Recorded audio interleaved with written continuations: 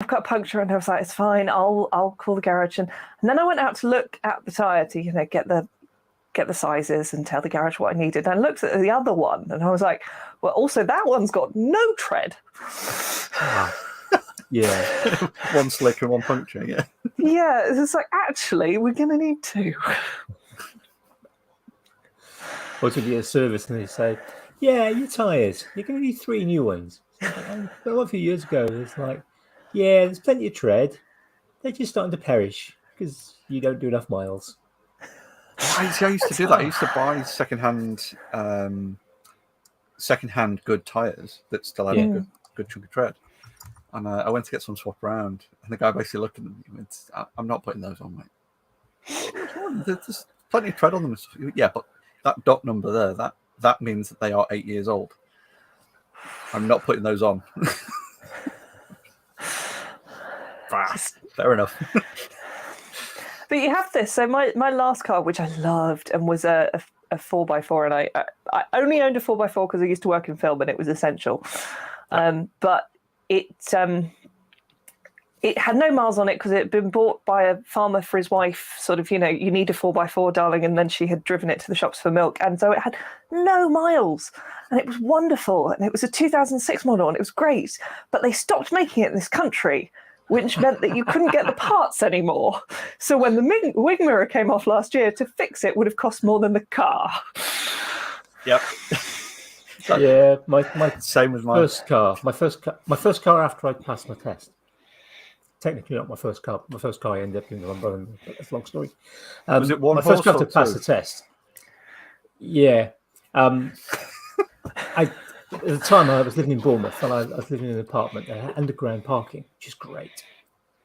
And kind of a few days after I'm sort of had it, and I'm kind of going, so what's a bit of a petrol smell near the car? It's an underground car park, of course, that's what it is. And then I kind of thought, yeah, it's not quite right. Took it into the local ATS nearest the school I was working at, and then I had a call saying, right, your brakes, first of all, they you probably shouldn't be driving this. And I'd only just bought it. It was like, and they said, yeah, and your petrol tank, it's got rather a lot of holes in it, more than it should have. Oh. I said, yeah. I said, there's a little bit of a problem as well. It was a Vauxhall Cavalier estate, so that kind of dates it. Beautiful car, huge boot. You could throw all sorts of stuff in the boot. It's just a massive boot. And I was like, okay, so yeah, this particular model, they didn't make that many estates, and they had a different fuel tank for this particular year to the rest of them. Okay, so it's just like ding, ding, ding, prices going up. But luckily, they were a nice, kind garage, and they managed to find a second-hand one locally. Got it delivered and fitted. So that only cost me 90 quid plus labour. That's pretty good. Only, yeah, not a huge amount of money at the time, but I mean, I think nowadays you're lucky for 90 quid on anything on your car. Yeah, fill your tyres up. Yeah, it's near 90 quid now. Actually, no. I was going to say I had a tyre replaced on the Duke a while ago, and that was 108 quid. All in. I mean, it's big. It's a big tyre. So a lot of the time, it's not even down to the size of the tyre. It's just the rarity of it, or the scarcity of use. They've got 15 of them on the shelf at different brands and stuff. That it drives the price down, but they've got that one they've got to order in. It's ridiculous. I had a previous manager had several holes in his fuel tank, and he was putting a fiver in every week and doing the same kind of couple of miles, and it was just having to put more and more in more frequently, and just hadn't made that connection that most of the fuel he was putting it in, it was coming straight back out the bottom, and he was just doing so few miles that he just didn't realise. But kind of running on empty the whole time. Yeah, basically. Yeah.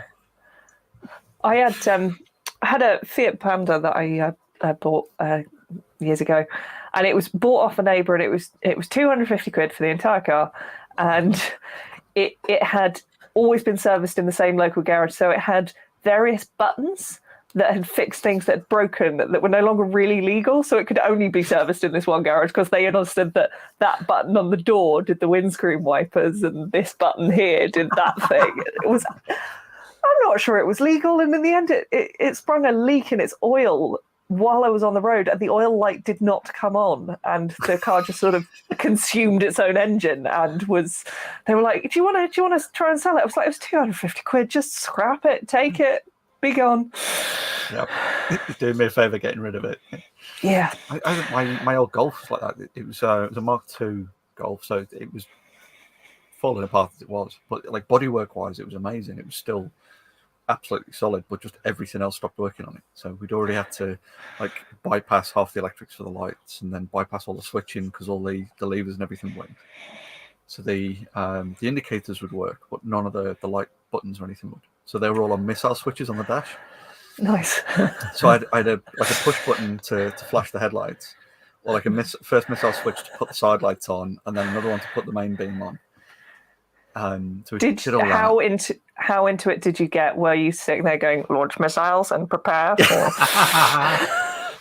Well, we'd upgraded the because it was just the bog standard 2 lights initially, and then I'd found one of the GTI grills on eBay with the 2 Hella spotlights, and then stuck the ridiculous, slightly not legal, really high power lamps in them. So I basically had about 400 watts of lights on the front. The one that blinds anyone who's driving towards you, no matter what kind of time of day it is. Those ones, yeah.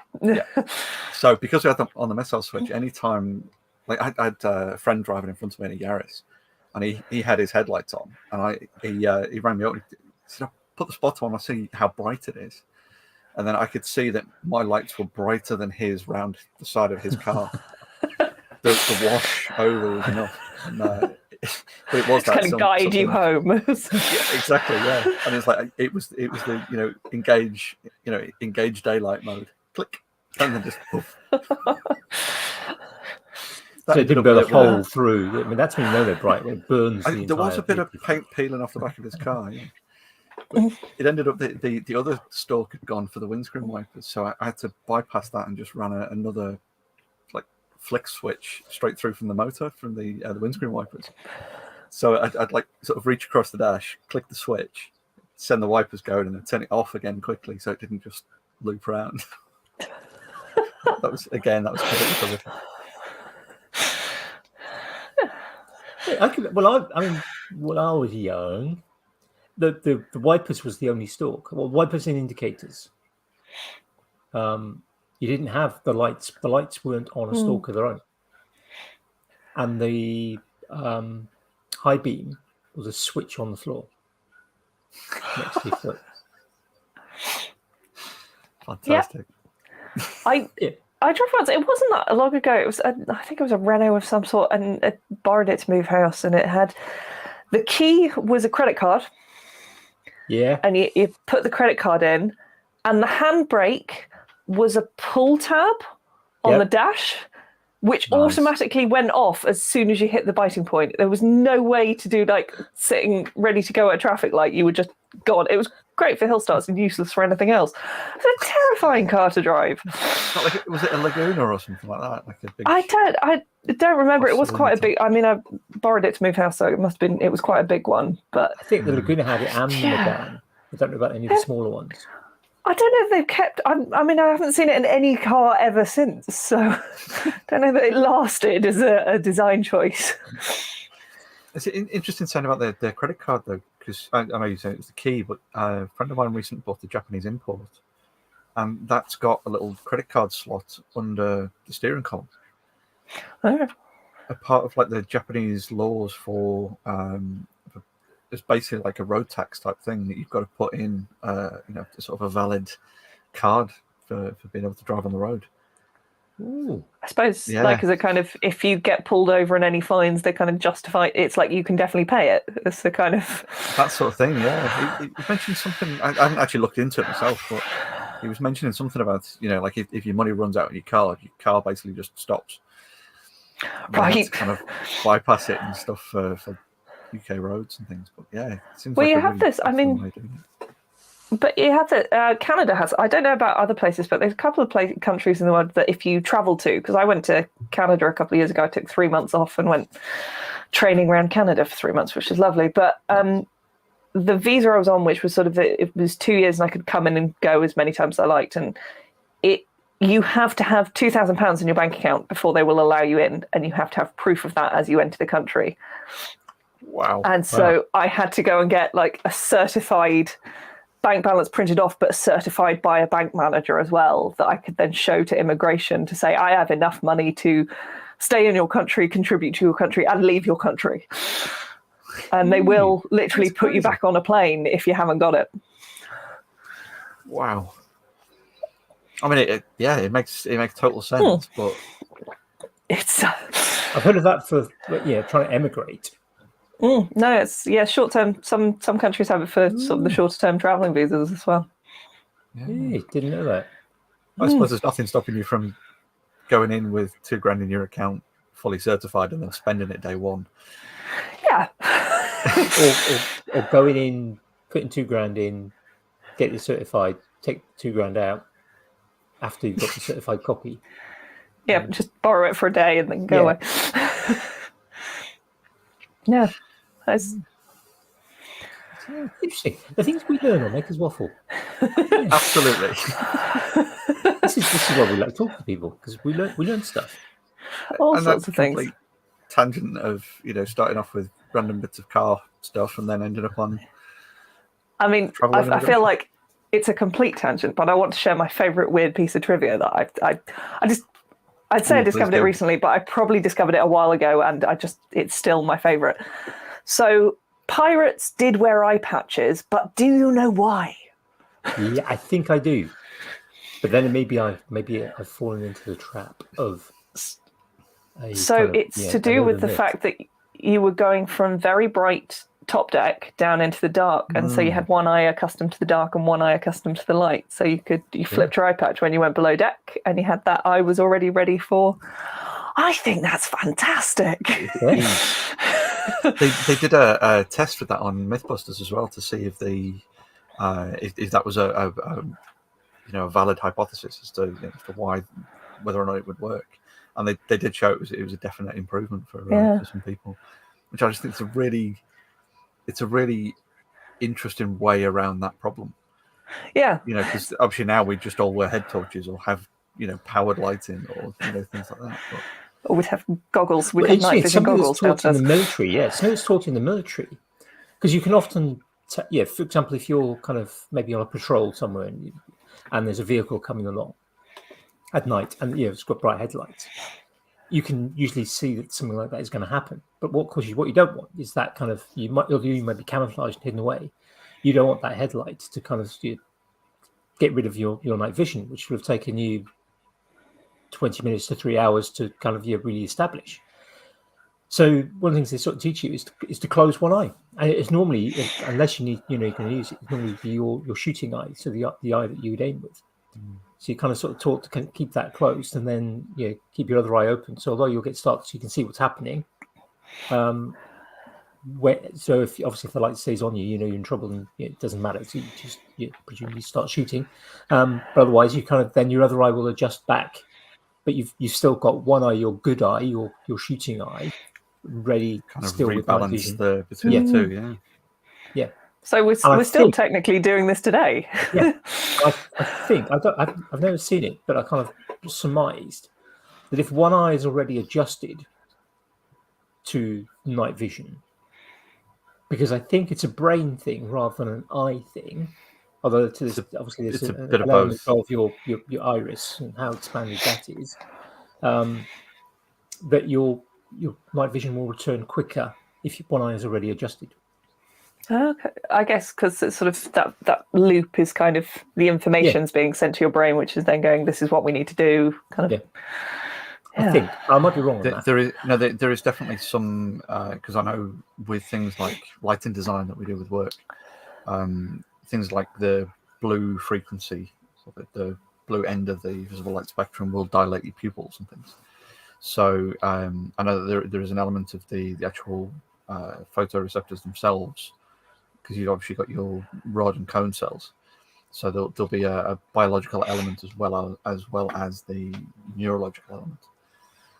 But Yes, I I mean think there your, is your, definite your cones are merit. generally at the back of the eye, whereas the rods extend much further over the retina.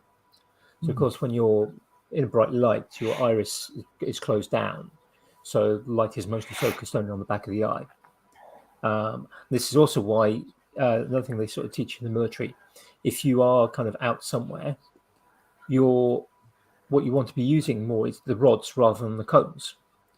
So rather than looking directly at an object, so if you're in the kind of you're walking, you're sneaking around somewhere, and you think you've seen something, don't try and look at it. Look to the side, so that the more sensitive rods without the cones, because of course where there's cones, there's not as many rods per unit The area. rod cells and cone cells detect luminosity or detect color. Yeah. The difference in. So and it's the cones that do the color. So if you actually use the kind of predominantly sort of rod heavy areas, which tend to be the side of the eye, so if you look away from the thing you're trying to look at, you'll be detecting it on kind of the rod area, assuming of course that your iris is dilated. Does this sort of explain why it's really easy to get distracted by the thing out of your corner of your eye rather than the thing you're focusing on? That sort of, I don't know. That's a good question.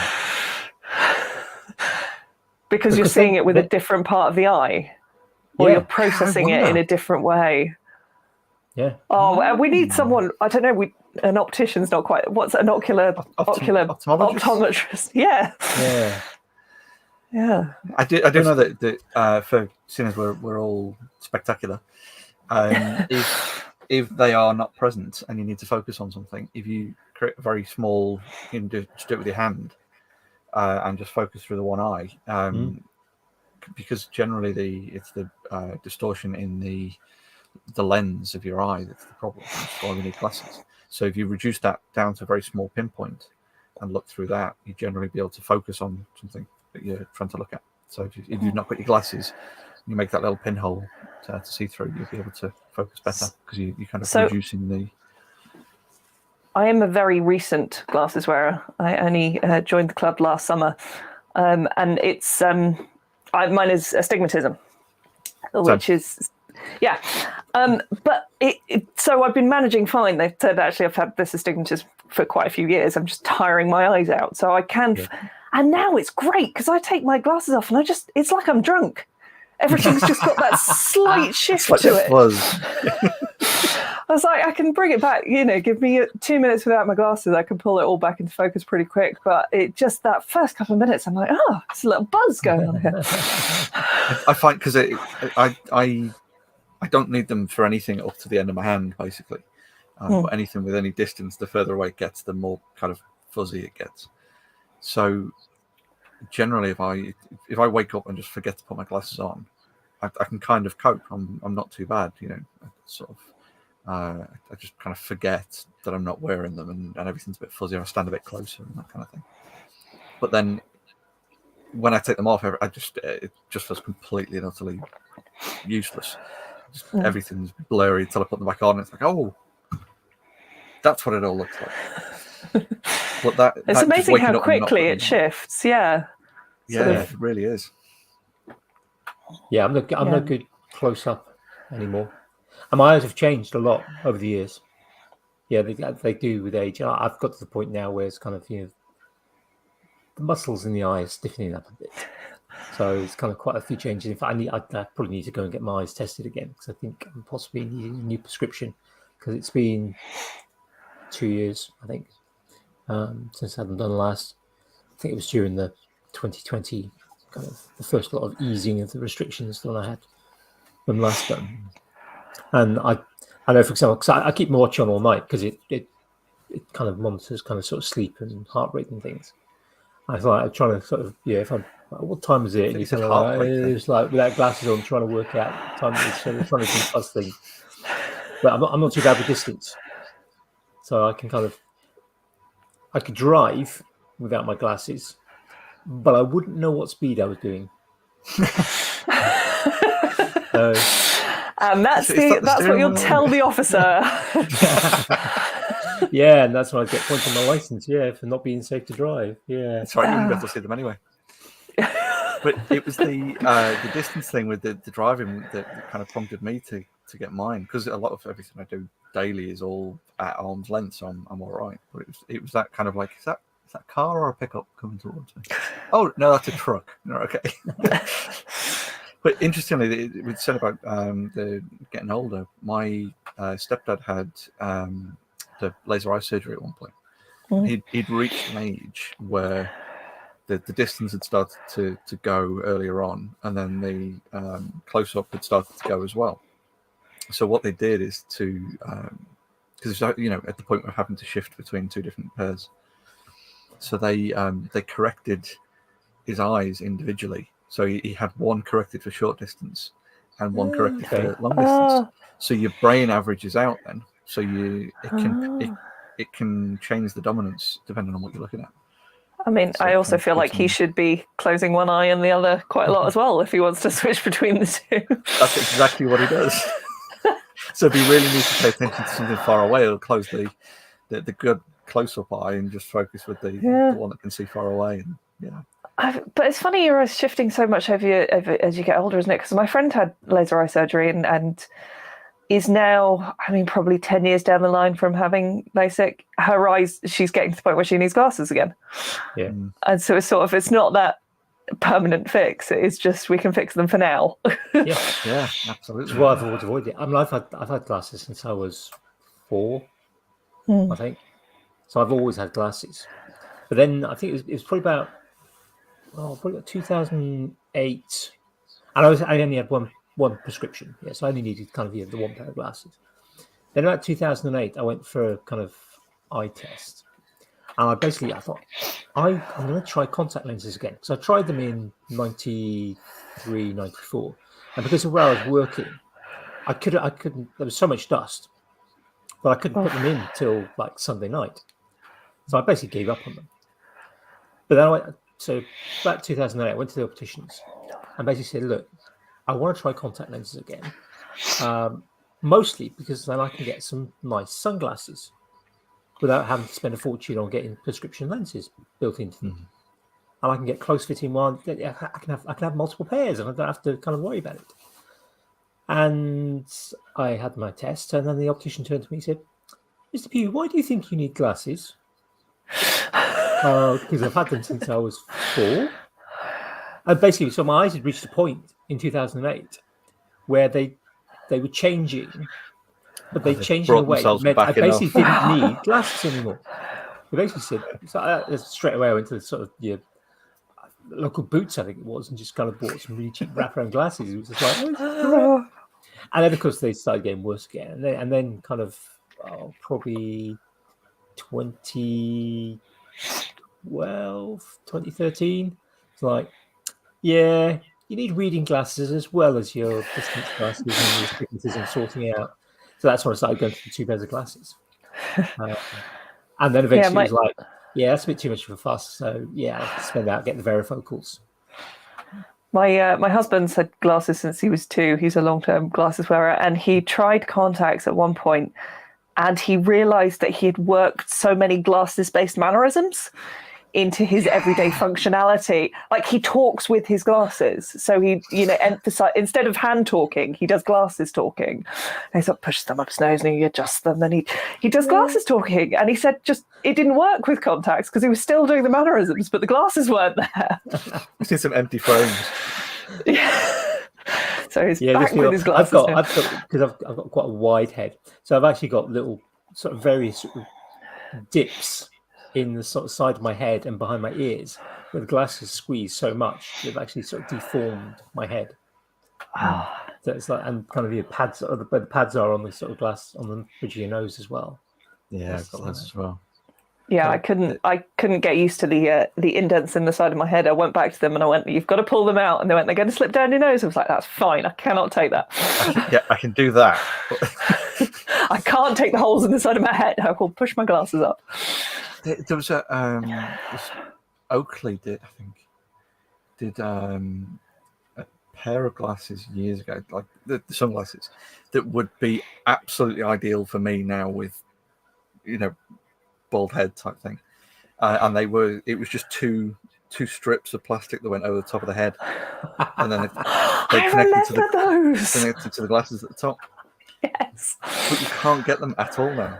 So now I've not, because they were out. But it's like, believe it or not, I used to have long hair, so they were out around the time I had long hair, and I couldn't get them. And then now I'm thinking, I wish I'd bought them. I mean, I feel like we've got to know somebody who can 3D print that. Oh yeah, totally could, and then could make the prescription as well. Yeah. I always wanted some Oakleys. I've never had a pair of Oakleys, but I always wanted some Oakleys. I got some years ago. Well, I was 14 and we'd gone to Ibiza, and there was a guy. As you generally get in those kind of places, there was a guy walking up and down the beach with the full stack of Oakleys. Genuine Oakleys. Was it in his coat? Just sort of. Yeah. It was that kind of. It was that sort of style, and he'd been up and down, and I was like, oh, they're really, really cool. But no, I'm not. Maybe towards the end of the holiday, if I've got enough cash left, And it got to like the last day, and he basically took his own pair off and went, look, I've been coming to you all week. Have these ones, and then walked off. So I didn't even pay for them; just handed me them.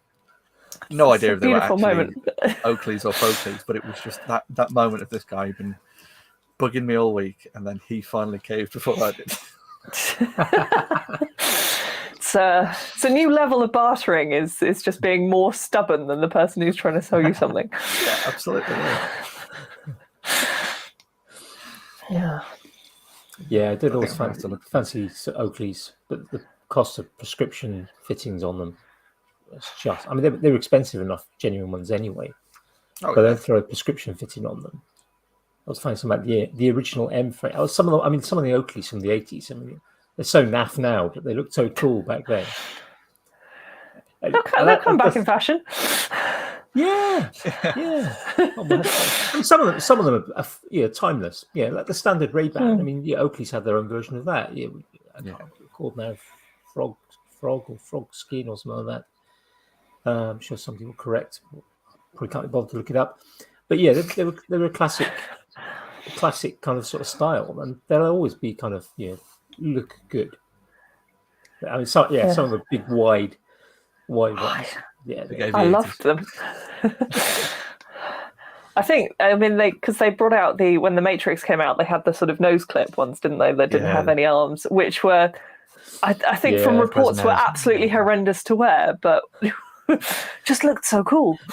Yeah, absolutely. Well, because I ended up with a knockoff pair of those because this is pre-glasses as well.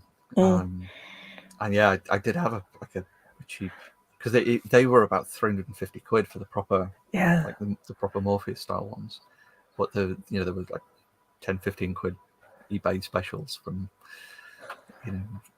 Bangladesh or something that were kind of close enough. But yeah, they were really uncomfortable to wear for more than about 5 minutes. What it was basically, it was just a spring clamp that would go across your nose. You just wear it as you're strolling around in your leather coat and then abandon it 2 minutes later. Yeah, pretty much. I did have I was in Oxford when I was sort of 16, 17. I didn't see The Matrix when it first came out. I saw it in the cinema last year because they re-released it and it was great. But when it first came out, remember when you used to go on school trips on a coach and there was a TV like at the front of the coach that was about this big? And they put on The Matrix. And so I was watching The Matrix sort of 5 meters away on a screen this big, thinking, this is the best thing I've ever seen. And then I was in Oxford, and there was a market in Oxford, and there was a leather coat stall. And they had full-length black leather coats. And I were like, I mean, they weren't leather. They were 30 quid. They definitely weren't leather. But I was 16, and it was amazing. So I bought myself my Matrix coat and thought I looked really cool and was just boiling at all times. I was like, yeah, but I look great. I used to teach a lad who, whenever we had non-uniform days, he would come in either a Matrix-style leather coat or a full-length kind of RAF coat. Yeah, the really thick, heavy ones. Even in the summer. And it'd be like, like melting away, but yeah, you had to look cool. it was a style. You don't abandon style for weather. Yeah. Definitely style over function. Yeah. Oh, for sure. Yeah, he'd attempt to wear it on uniform days as well, kind of just as kind of an outside coat, even though the rules were no outside coats. When you were inside, it's like take it off. And she threatened to sort of confiscate it and kind of quickly go, "Oh yeah, okay, yeah." You always pushed it though, didn't you? With uniform, it was always that sort of what can I get away with, and you try like. I think it was scarves were the thing when I was at school. It was like there was a school scarf and it was bright blue. And I went to a boarding school for a couple of years and there was this bright blue and yellow, not striped like, nice blocks lengthways. It was like blue with like 2 thin yellow stripes running all the way along the length. It was hideous. And so it was like the small rebellion was, can you get away with wearing your own scarf for a whole day? See, I've got a theory, but in my I think 3rd year of teaching, I started teaching. It was a pretty tough school, my first full-time teaching post, and I'd gone for an interview at another school, kind of not that far away, and we were just talking. It was nice to have a day out. To be honest, nice to escape from the madhouse that school was, and I kind of. Just having this conversation with the teacher, just a natural conversation. It wasn't the interview part. It was just kind of we'd had a look around and was just sort of chatting. And in the process of about 5 minutes, I formulated this theory, which has stuck with me ever since. And the theory basically is that all teenagers, particularly, want to rebel in some way, and they all want to do that. There's no kind of it's a challenge. It doesn't matter how good they are. Every kid wants to rebel. So for me, when I was in school, it was kind of sneaking into the kind of prep room or looking in the cupboards in the labs because it was packed full of stuff and seeing what was there. Because I was a bit of a goody two shoes mostly. That was my kind of act of rebellion. Now I kind of developed this theory because a lot of kids will kind of pretty much every school I've taught at had kind of shirts and shirts were supposed to be tucked in. And you kind of developed quite a good eye for going, take your shirt in. And more often than not, in pretty much every school I've ever taught at, kids kind of knew that I would spot their shirts hanging out and they'd see me from kind of 100 meters away across the playground and start tucking their shirt in. Because they knew I would pick them up on it. It's like the telltale reaching for the seatbelt you see from white van drivers. Yeah. So I kind of developed this theory that sometimes, if you've got the kind of kid's got the shirt hanging out at the back, and maybe you haven't spotted it, or you've decided, you kind of I know it's hanging out, but it's not the right moment for me to kind of go take your shirt in, but I know it's hanging out because sometimes you want to get on with the work because if you kind of go take your shirt in, you've then distracted them away from getting on with the work they were getting on with. It's called tactical ignoring in the trade. So as you kind of if you've got these sort of shirts hanging out, they've got this bit of rebellion. It may be subconscious in their head. They're going, Pew doesn't know that I've got my shirt hanging out. And they're satisfied. The tick rebellion box ticked. Now, if there's a sort of a teacher, I sort of ignore shirts all the time. Walking down the corridor, I ignore the shirts hanging out. Then we've got a rule that then has become not a rule. So it's no longer a rebellion because that's just the norm now. We don't have to tuck our shirts in. It might be written in the school rules, but it's not actually a rule that anyone enforces. Therefore, if I have my shirt hanging out, it's no longer rebellion. So what do I need to do to up the game to rebel now? And that's when they start, whatever, numerous other things that kind of then satisfy that little box ticking of I'm a teenager and I want to rebel. Anyway, that's my theory on teaching. It's, I mean, like rebellion, if we're going deep and psychological, because it's an important part of like the development of self-identity, isn't it? Like, it's that breakaway from your parents and developing your own identity, and that does happen. Like, hypothalamus and things are all developing when you're a teenager, so it is that kind of that period of time is when your brain is going, I have to forge myself, and in order to do that, I need to not do the things that everyone else has told me to do. Yeah, challenge the norms and try going work left out, instead of going right. Untuck your shirt, decide you're really not a rule breaker, and tuck it back in. Yeah. Don't like the draft.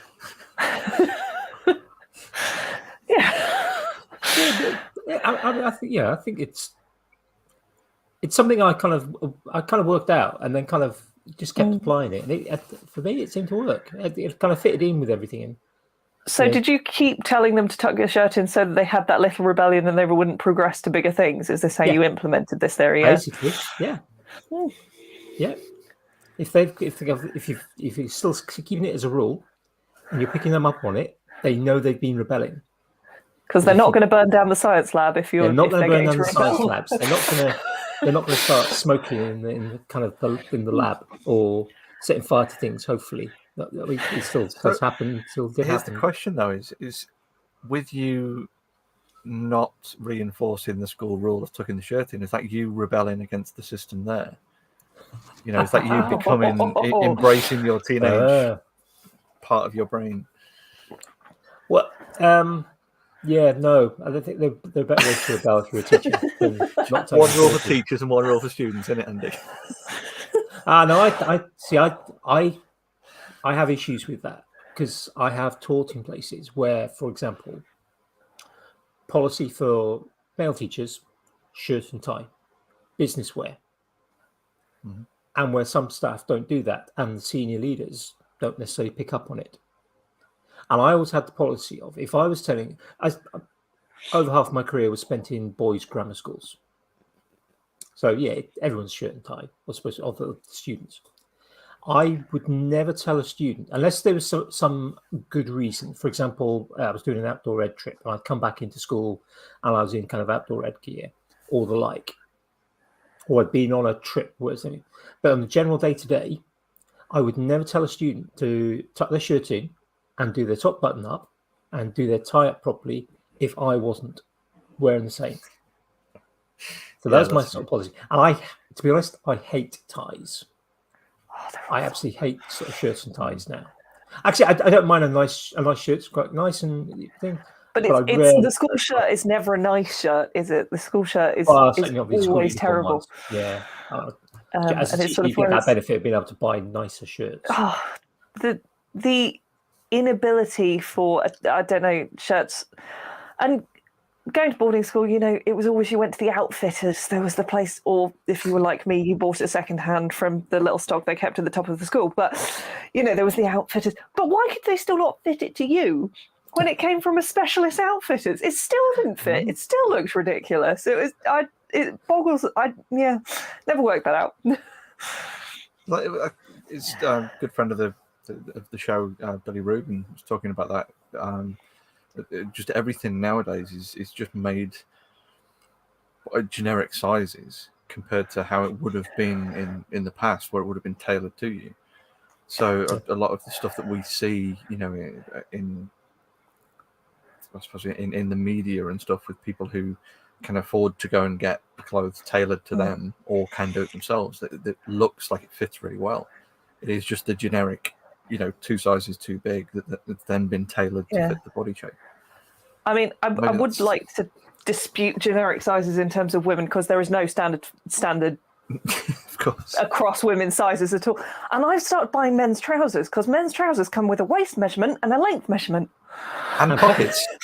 And pockets. And I don't know. I don't see why we can't just do all trousers this way, because I don't have a women's size. I vary between about 6 different sizes. I'm just I can buy men's trousers. I could go and I could go, this is my waist measurement. This is my inside leg. I know this is going to fit me.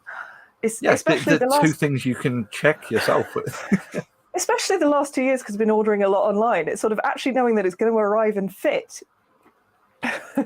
Brilliant.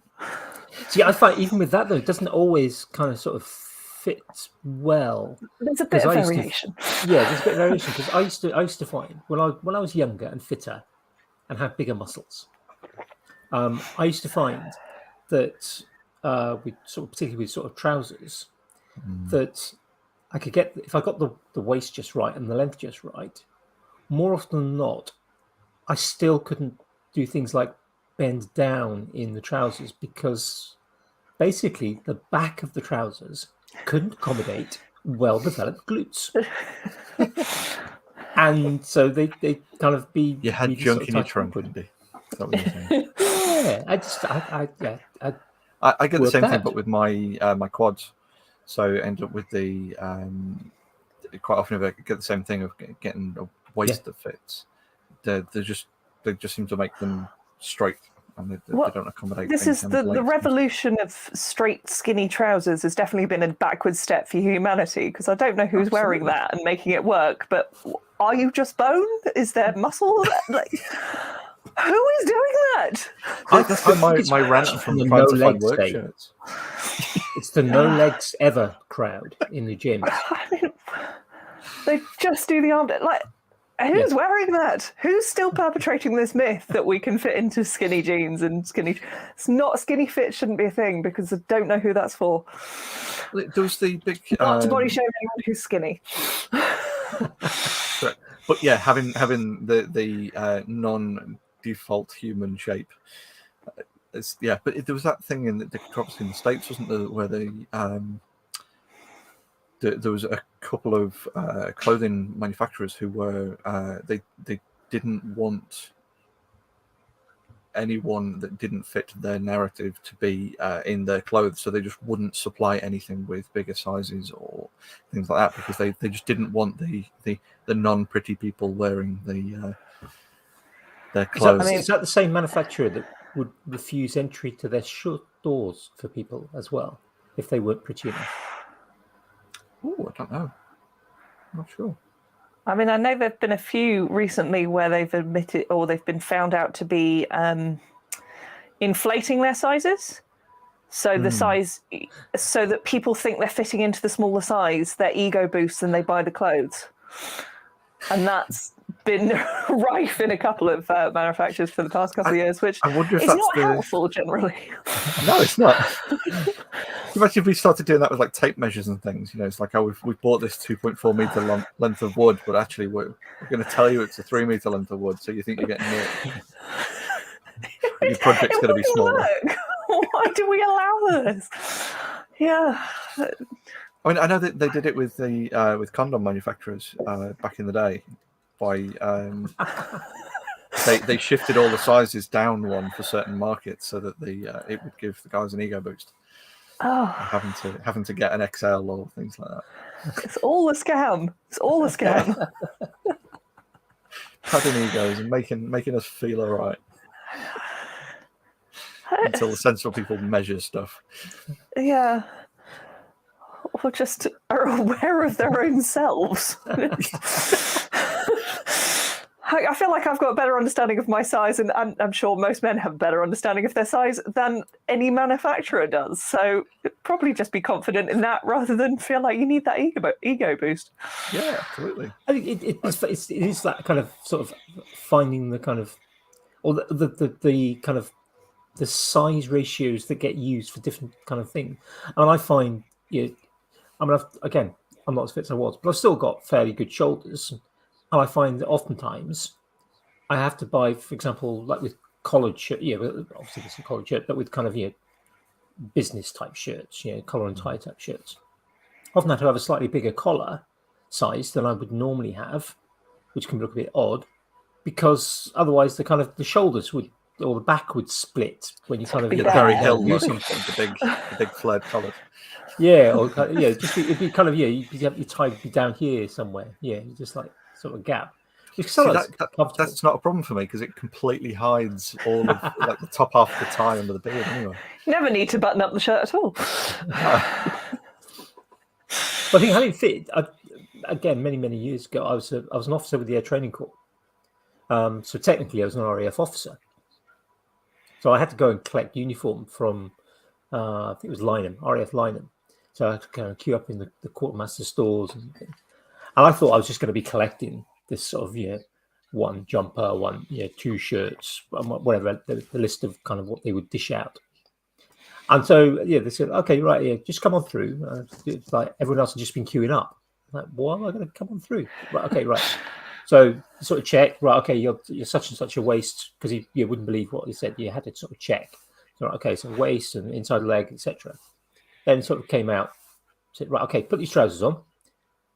And then he kind of like, so I put the trousers on. And he's got to start to kind of make little marks with sort of chalk. He said, right, you can collect these in a week's time. And they literally, the trousers and the sort of jacket, because I had obviously a proper sort of blouson jacket for sort of number one dress. Basically was like, yep, we'll get that fitted to you. I'd say what those trousers were so comfortable. That they were hot. They were a heavy fabric. But, in terms of kind of fit and how they looked, kind of with a nice pair of shoes. Yeah, because it wasn't just a flat sort of hem on the trousers. There was a slight angle to it. And it's what that was really sort of comfortable. I was kind of sorry I had to give them back when I kind of sort of finished. Well, in terms of like tailoring an outfit, I mean, not to Steve this completely, but when we last saw you, Becky, you had a very specifically tailored adornment to your outfit. Yes. It's not with you tonight, though. It's on a shelf. I can bring the dragon in. Would you, if you'd like? A little bit. I can't perch him on my shoulder because It's so pretty. He was actually attached to my bag strap, which is he doesn't quite stay on my shoulder on his own. But he's There are some errors in this. The belly curved out too much, and I had a red mark on my shoulder that didn't go away for about 4 days because I'd actually had this belly kind of digging into the back of my shoulder. But yeah, he could fit most shoulders. He just sort of hooks on, Yeah. So cool. Have you got him articulating and stuff now? He does articulate, so he does bend out quite nice. Hang on, whoops. He bends out, and his tail does a flip.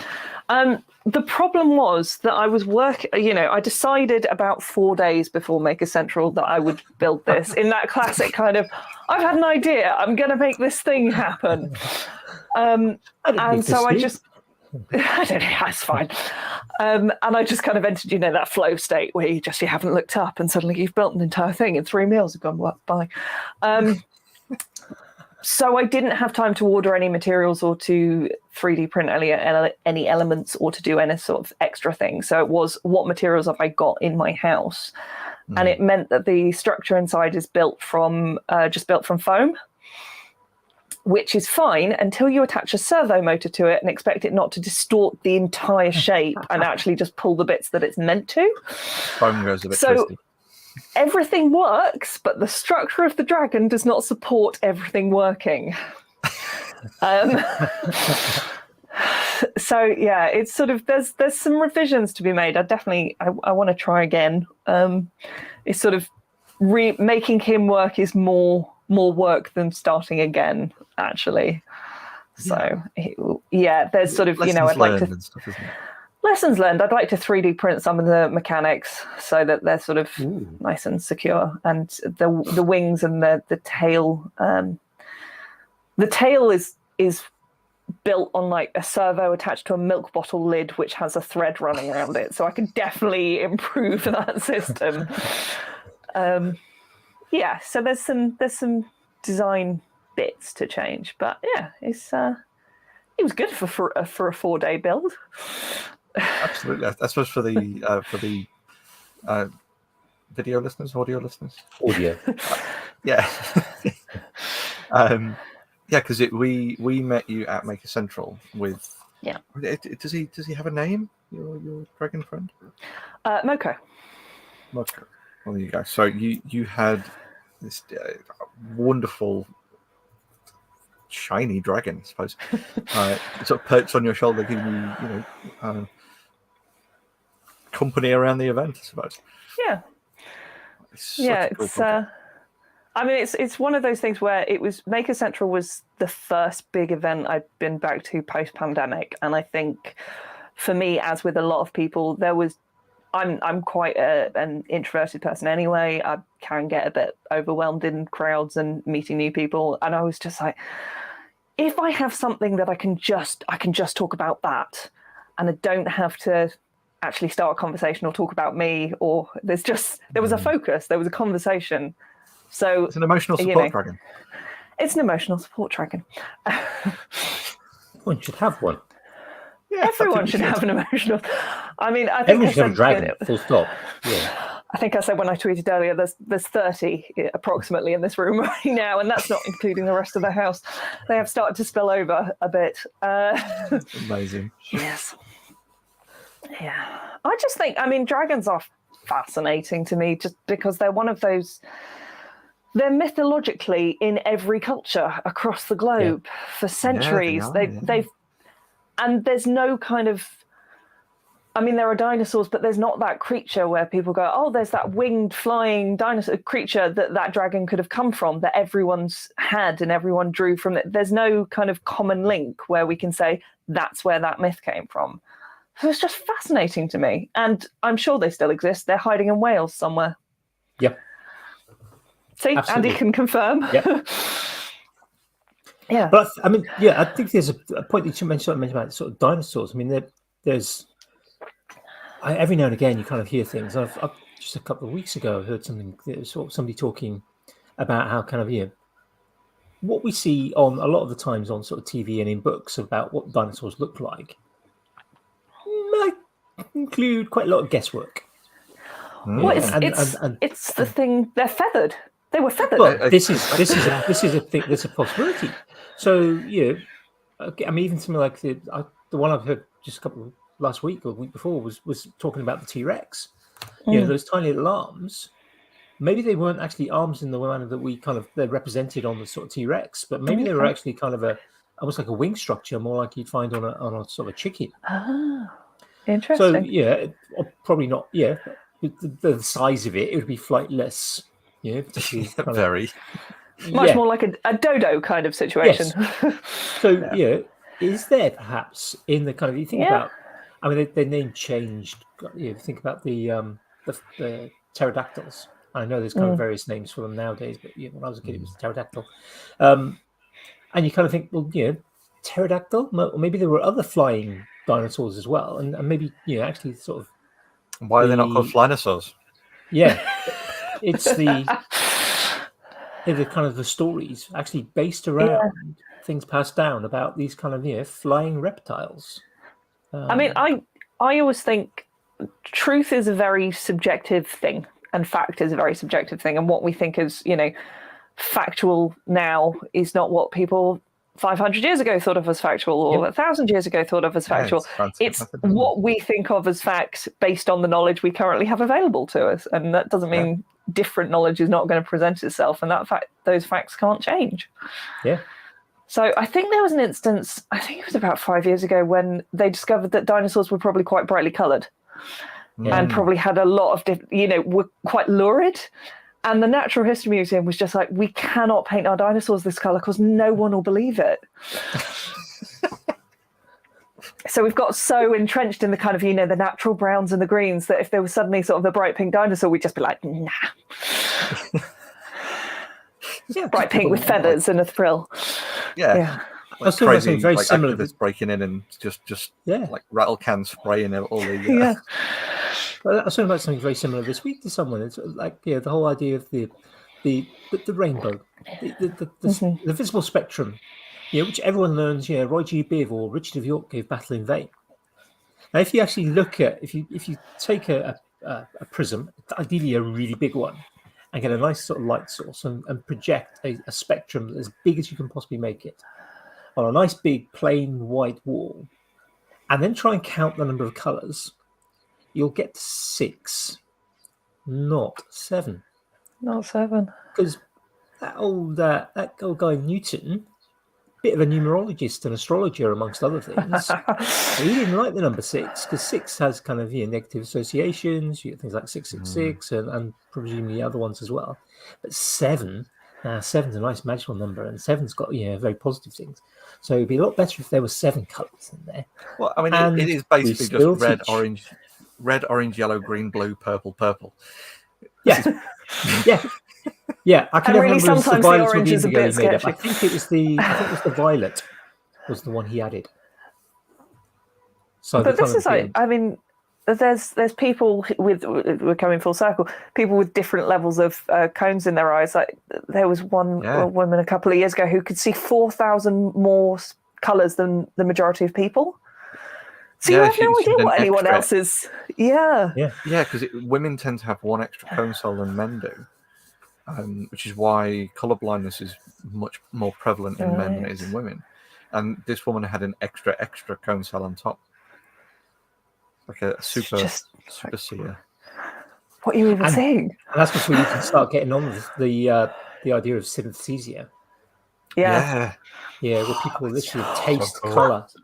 So I've been discovering about the different ways that people think, and that some people don't see pictures, and this blew my mind. A friend of mine has no inner monologue. Not inner monologue. He's got an inner monologue. I mean, some people also have no inner monologue. Yeah, I do. I have a friend who probably doesn't have an inner monologue because everything she thinks comes straight out of her mouth. But yeah, my friend, when that sort of became a bit of a thing on the internet, he was like, "That's me. I don't have the pictures in the head." Right. Sit down. Tell me everything. How do you function? How do you do the things?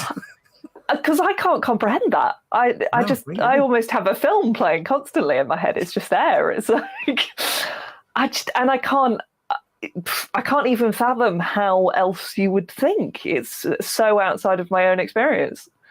Yeah, it's akin to trying to turn off one of your other senses, isn't it? Being soundless or sightless or things like that. It's that.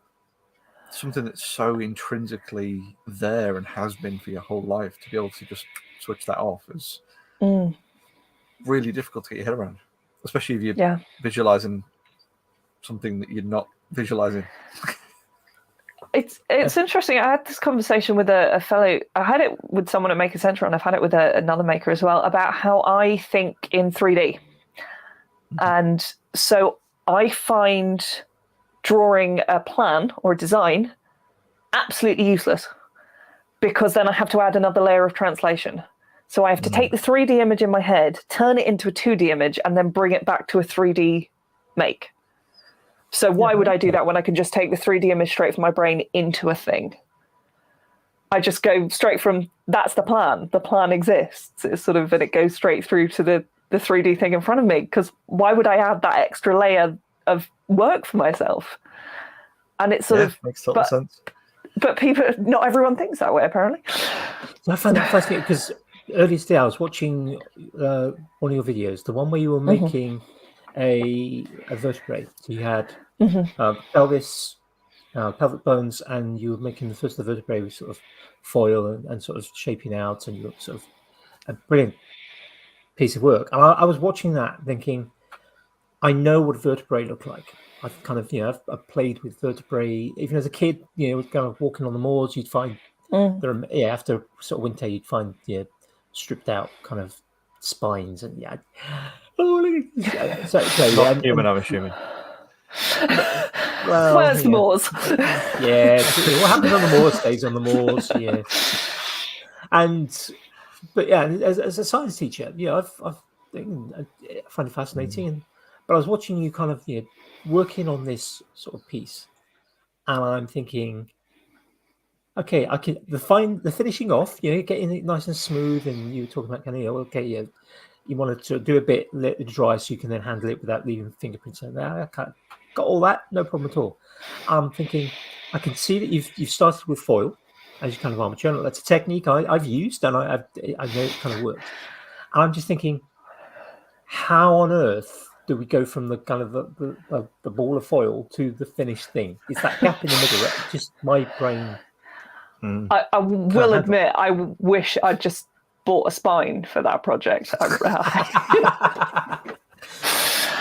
And there was a lot of, I ended up buying a 3D model of a human spine, so that I could literally sit with it on the computer and rotate it and see it from every angle, so that because the spine is like, vertebrae are more complicated than you think. Yeah, they are. Yep. And building a whole spine's worth.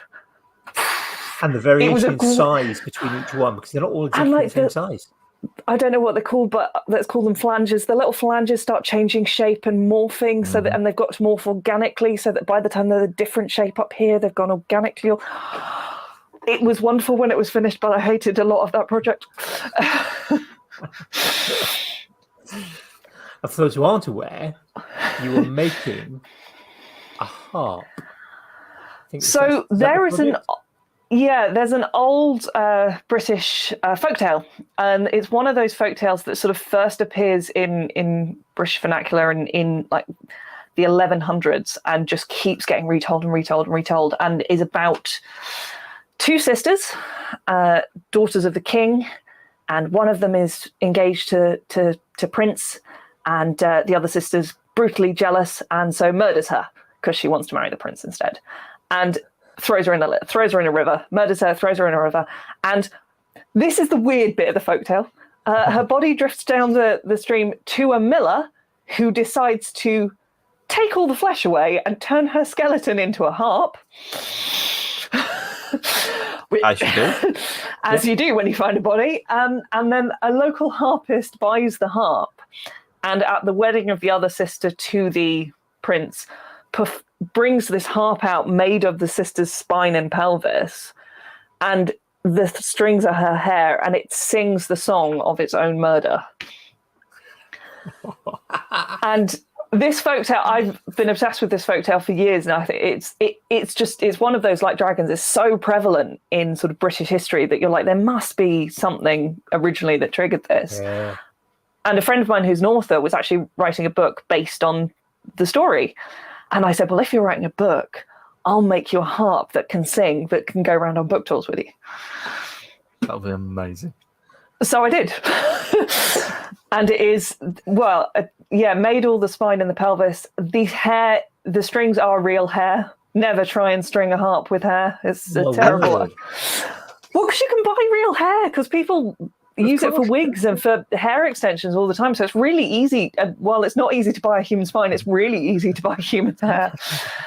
So it's real human hair. And then it has in the base is a large piece of bogwood, because I thought I need something to sit this on so it doesn't fall over. I got this piece of bogwood that looks like it's been pulled out of some ancient bog. And embedded into that is a speaker system with the song, so that it will sing. It sings the song. So how big is it? I mean, it's fully measured up to be the size of a 16-year-old girl. So it's about, with the curve in it, it's about that sort of that tall. So 40 centimeters, sort of pelvis to point. It's not a small thing. No. And it's quite weird to explain on public transport. I can help it. It's not a real human spine, don't worry, but it is real human It is hair. just no, the best compliment I got from it was actually when I went out for a drink with a friend who's a doctor, and and she said, God, it looks real. And I was like, yes. That's what you want, definitely. But yeah, it looks like a harp. I mean, that's kind of but it does need to have that moment where you look at it and kind of go, oh, it's a harp. Oh wait, hang on. So there was a lot of, in the design, there was a lot of working through, like, how do you make something that is horrifying when you realize what it is, but isn't immediately just gore and horror, and it has to be this thing of this beautiful musical instrument.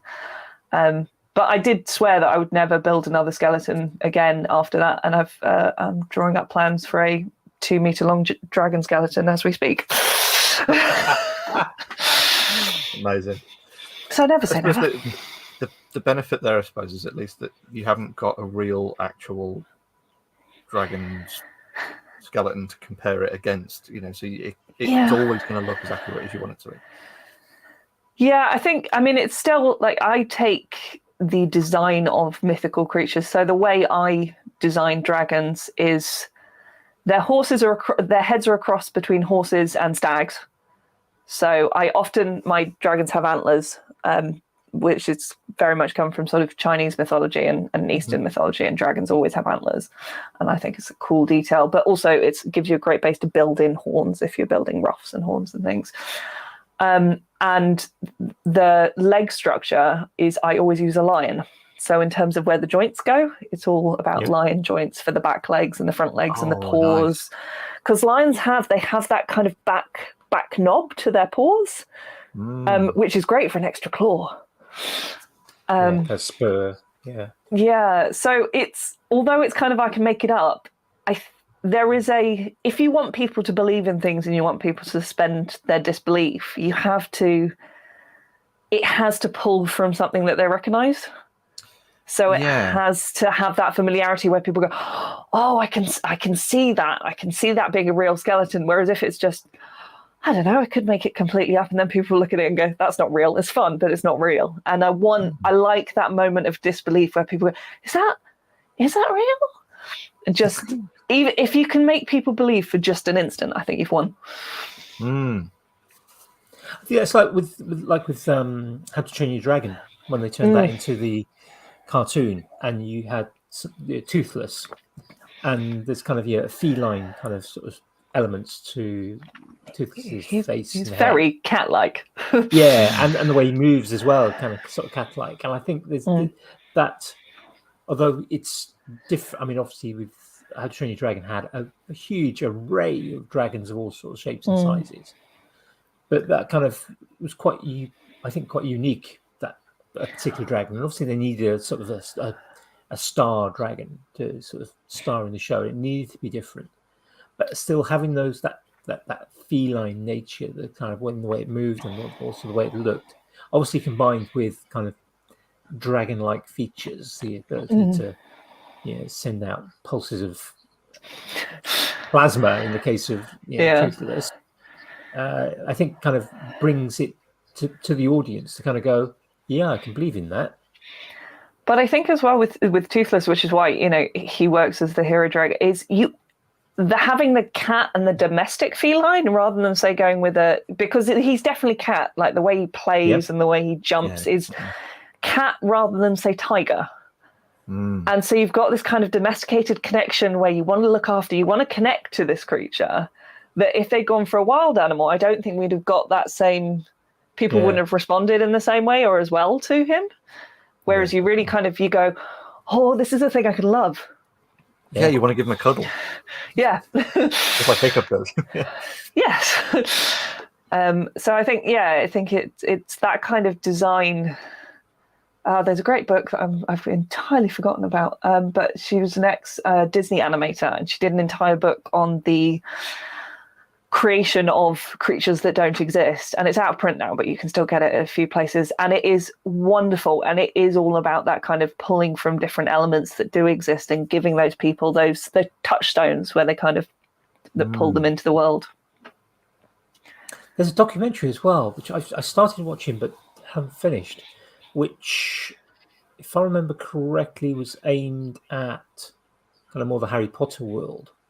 But looking at the creatures within that, and looking at the kind of the folklore and the sort of the fauna of kind of the Harry Potter kind of world, and looking at that, I can't remember. It was started watching. I think it was one of those cases. Started watching it, and it was like, oh, do you want to watch this more? But just didn't quite have enough time, and then kind of just not got around to it. Brain, I have to make a little note. I think it's one of those things, isn't it? It's having, like you said, having that kind of those touchstones that are those points of familiarity. It endears you to them. Well, I think it's sort even of like Shrek, like the Shrek dragon. Again, you've got the kind of. She's a very classic dragon. I think she plays into archetypes of like how we imagine dragons. That absolutely is like the four-legged, because don't get me started on two-legged dragons. They're wyverns. We're not. But yeah, she's four-legged. She's got the wings. She's down on all fours. She's got the bigger belly. She's got the small. It's very kind of archetype dragon. I feel like those are the dragons I saw in my childhood. Of kind of that's what dragons looked like. Yeah, but sort of almost. I suppose all the characters in the Shrek films and stuff are like caricatures of what we would imagine as those things. The caricature of Donkey being the way he is, and the ogre being the way he is, and stuff. But yeah, I think that that's absolutely what I certainly grew up with as dragons, as being, like you say, the sort of the four-legged, disproportionately sized wings to the rest of the body, and that kind of super thin neck but really big head, and all that kind of I was trying to remember the other day. I was trying to sort of work out where my first dragon experience came from, and I think I've pinpointed it now, and it's a terrible dragon. And it's the BBC Chronicles of Narnia that came out in the 80s. Yeah. And it's when Eustace turns into a dragon, and it is, it's like a costume on pipes. And it's sort of, I look, and in my head, because I haven't gone back to it, in my head it was a brilliant dragon. And then I found a picture of it. It's a terrible, it's a classic dragon, but it is a classic kind of BBC 80s budget costume. It's exactly, it's a Dalek that's a plunger and a whisk. It is exactly that kind of model making of, we've got a shoebox and a tube in the back, I'll put some fabric over it and we'll call it a dragon. It's very much of that school. And it's sort of, but that embedded in my brain as a child and went, dragons are great, this is brilliant. That's like never-ending story, isn't it? It's the same sort of, hasn't quite stood the test of time almost. I think we were more accommodating in the past on things like in films and TV with props that we look at now and go, oh yeah, that's obviously. And I think of Clash of the Titans. I can't remember his name now. Harryhausen. Harryhausen, yeah. And you've got this sort of skeletons moving around. And if you see it now, I mean, it's still actually, I think, really it's good still brilliant, yeah. When you kind of think about when it was made. But you compare it to how it would be done now, probably with a load of CGI, and it would be so much smoother. But it's a scary film. I remember watching that. It was one of the ones that was always on at Christmas, because Christmas was the kind of time when there were loads of films on. And certainly when I was small, it was kind of like we get the radio times and the TV times. I don't know why we bought both, because they both covered all the time. Did you circle all your programs? Yeah, then? we got them circling. It's just right.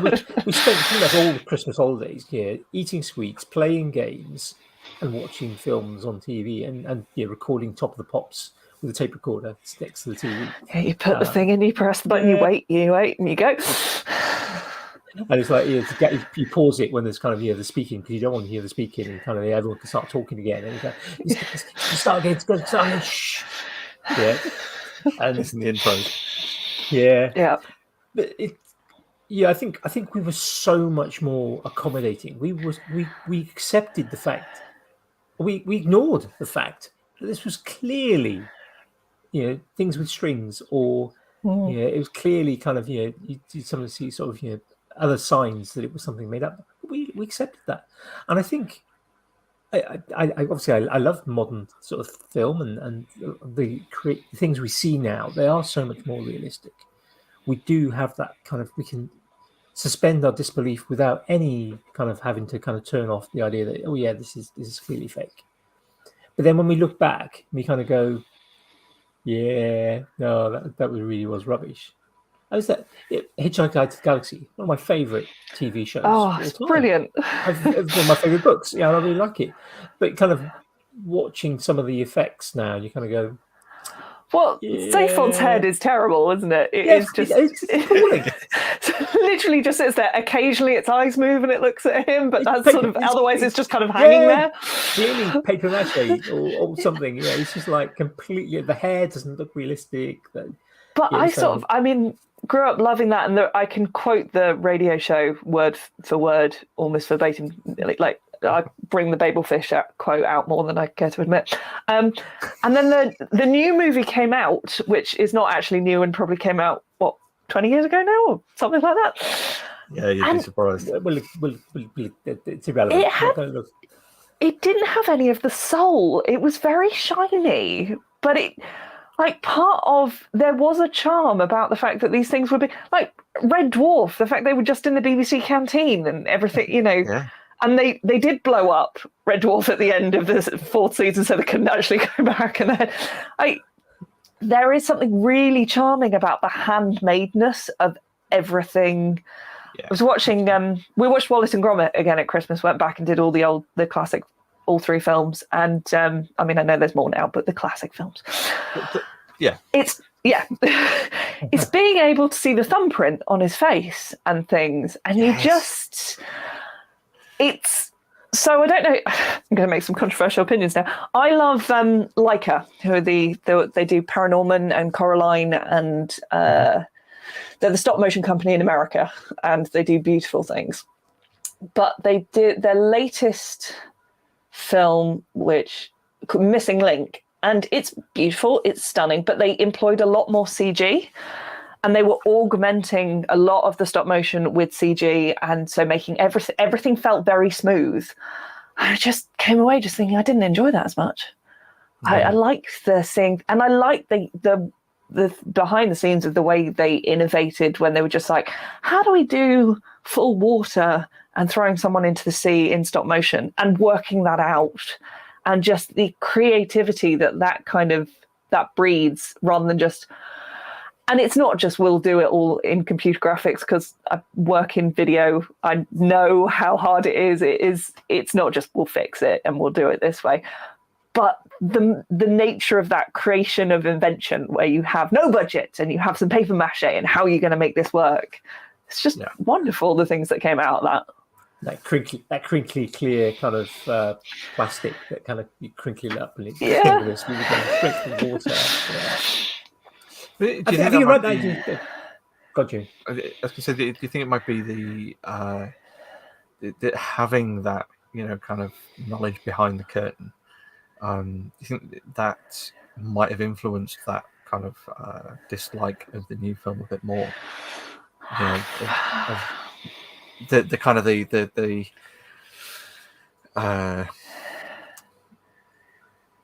being able to spot things like the thumbprint on Wallace's face and knowing what was involved in that, knowing those charms of that, versus knowing what's involved in, smoothing tweening frames and all that kind of stuff. Yeah, I mean, I will admit, I'm on my day job that surrounds my making. I'm a video editor, and I have been for a long time, and I've fallen a little bit out of love with it, and this may be affecting my opinion on things that are video based. I don't love it in the way I used to. I don't know. It's weird, because I've got the opposite thing with Dark Crystal, where I hate the original Dark Crystal movie. Which is mainly, I saw it, I wasn't young enough. I didn't see it till I was in my 20s, and by that time it was just a bit like, well, this is fine. Yeah. And then I found out when they did the new one, when they did the TV series for Netflix, which was still so much puppetry, but they were doing things like, doing full range of movement on the mouths of the Gelflings with CG, because then they could add that in. So it's CG augmented. And that Jim Henson had always said he hated the Dark Crystal because he didn't think there was enough facial expression in the Gelflings, and they just looked flat and dead, and so no one cared about their story. And I was like, yay, I'm not wrong. So I have the opposite, where I thought the new series looked great and I kind of hate the original film. And so I think it's a really fine balance, and I don't know where the sweet spot is. And I think it depends massively on the project and what you're trying to achieve. Like, it should be story driven. Like, everything should be, does this story have a handmade feel that should be told in this way? Is this story a Marvel blockbuster where we need to believe that aliens in space are fighting someone from Earth? He listens to a lot of old rock music. Like, it sort of, I guess the story should inform it all, and should. Yeah, I don't know where the sweet spot is, and I think it's probably very project dependent as to what you have the resources to do is kind of, you should do it to the best of your ability, however that occurs. I suppose the suspension of disbelief is going to be in different points for different people as well. I think that's something that's probably quite subjective. Yeah. Well, I was thinking, because you talk about kind of that lack of soul with certain things, and the one that sort of jumps to mind, the few that jump to mind, are things like cartoons. So Fireman Sam or Bob the Builder. Now, obviously I didn't grow up with Bob the Builder, but yeah, my kids did, and it was kind of the original Bob the Builder. But then, kind of as they sort of got a bit older, the new the new Bob the Builder came out, and I really didn't like it at all. Mm-hmm. In some ways, it was cleaner, and I can imagine that perhaps children watching that now, watching the kind of the new Bob the Builder, would kind of take that almost as a norm, and kind of, but then maybe look at the older one and go, "Oh, isn't that kind of clunky and things?" Whereas I'm kind of watching it because it was more like the cartoons, well, some of the cartoons that I grew up with. But I think that almost like clunkiness gave it a bit more soul, and for me, it was just nicer. It's interesting though, because if you look at, I saw new Fireman Sam recently, and now it's got a rock intro, and I can't stand that. But if you take kind of animation styles, like I remember the big, and Disney, of course, but growing up, it was the Don Bluth animation studio who did like An American Tail and Thumbelina and All Dogs Go to Heaven. And they are paintings. Go back and watch An American Tail. The backgrounds are their masterworks. And that's a beautiful style of animation. But then if you compare it to something like Studio Ghibli, is a very simple kind of cel-shaded and is just as beautiful. And I don't look at, I don't know, it's easier kind of, and also then you've got How to Train Your Dragon, which is very CGI, and I think is the best stand-up trilogy of recent memory. Yeah. But I think it's what suits. If How to Train Your Dragon had been maybe produced 30 years ago, and then they brought out the new one, would people be going, not sure about the new one? Or would they be going, ooh, that's better? I think that is a whole different issue, because I think that's an issue of originality. And I sort of hate what Disney's doing right now, where they're making live action remakes of all their old classic animations. Make a new story. There are enough stories. And I think there's always going to be they've got the rights for the Muppets. So why, instead of doing live action versions of all these, why don't they do revisit Muppet versions of all the classics? Yeah. Because they would get infinitely more views on them. Muppets version of Aladdin would be amazing.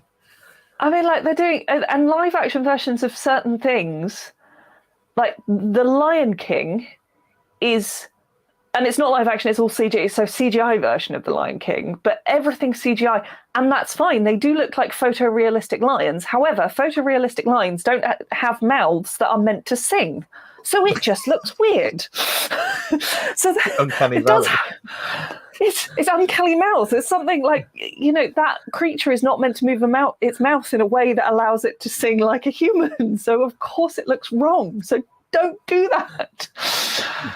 I think we shouldn't remake old things. We should do new things. Watched the new Chip 'n Dale Rescue Rangers film.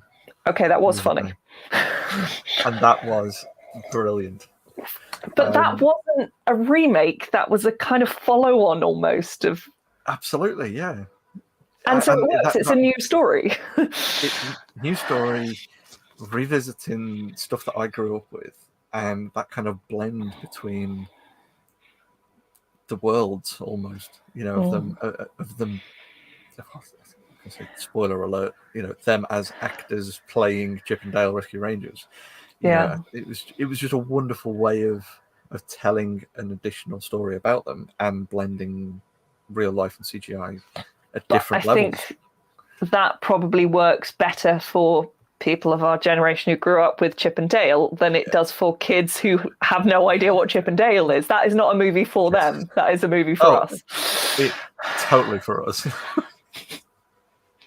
I think that's a key thing, though, isn't it?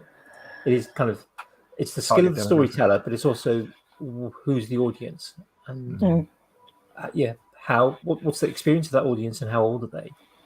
And I think sometimes it can be done really well in kind of sort of both ways. I think one of kind of our favourite films here is Paddington.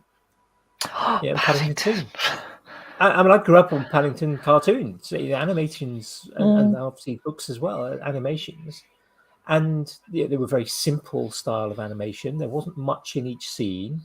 It was, I think, beautifully done, and it's kind of that almost minimalistic approach, the very artistic approach. But in terms of kind of, it was very much about the story, because there wasn't a huge amount of animation. It wasn't like they were doing kind of 25 frames, 24 frames a second or more.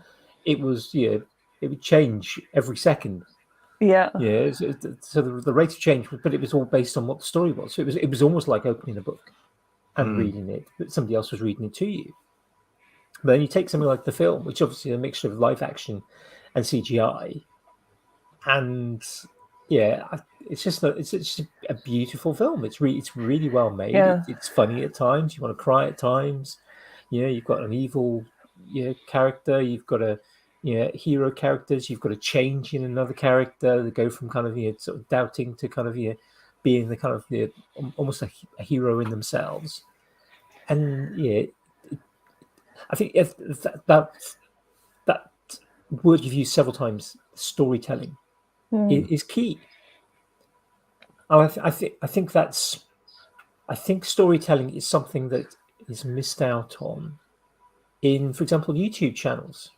I see some YouTubers, and I think even if you're making something, unless you're doing the kind of I want to show people how to change a battery in a watch, or I want to show people how to fix this thing. But if you're doing kind of the edutainment type of videos, you're showing somebody you're making of something, rather than how to make, but more, this is the thing I've made. I'm going to take you through the process, and the sort of videos that many of us just watch just because actually it's better than some of the stuff that's on TV. It's enjoyable to watch. I'm not going to make well, I don't think I'm going to make a bone harp. I think it'd be fascinating, but I don't have the sculptural skills. Never say never, Andy. Never say never. My wife would be very impressed with it, but my kids might. But who knows? But I really enjoyed watching that video, and you talked about it. But I think the key there is, and I think sometimes with many really successful channels, they're not necessarily the best makers, but they're often really good storytellers, and they bring their audience along with them.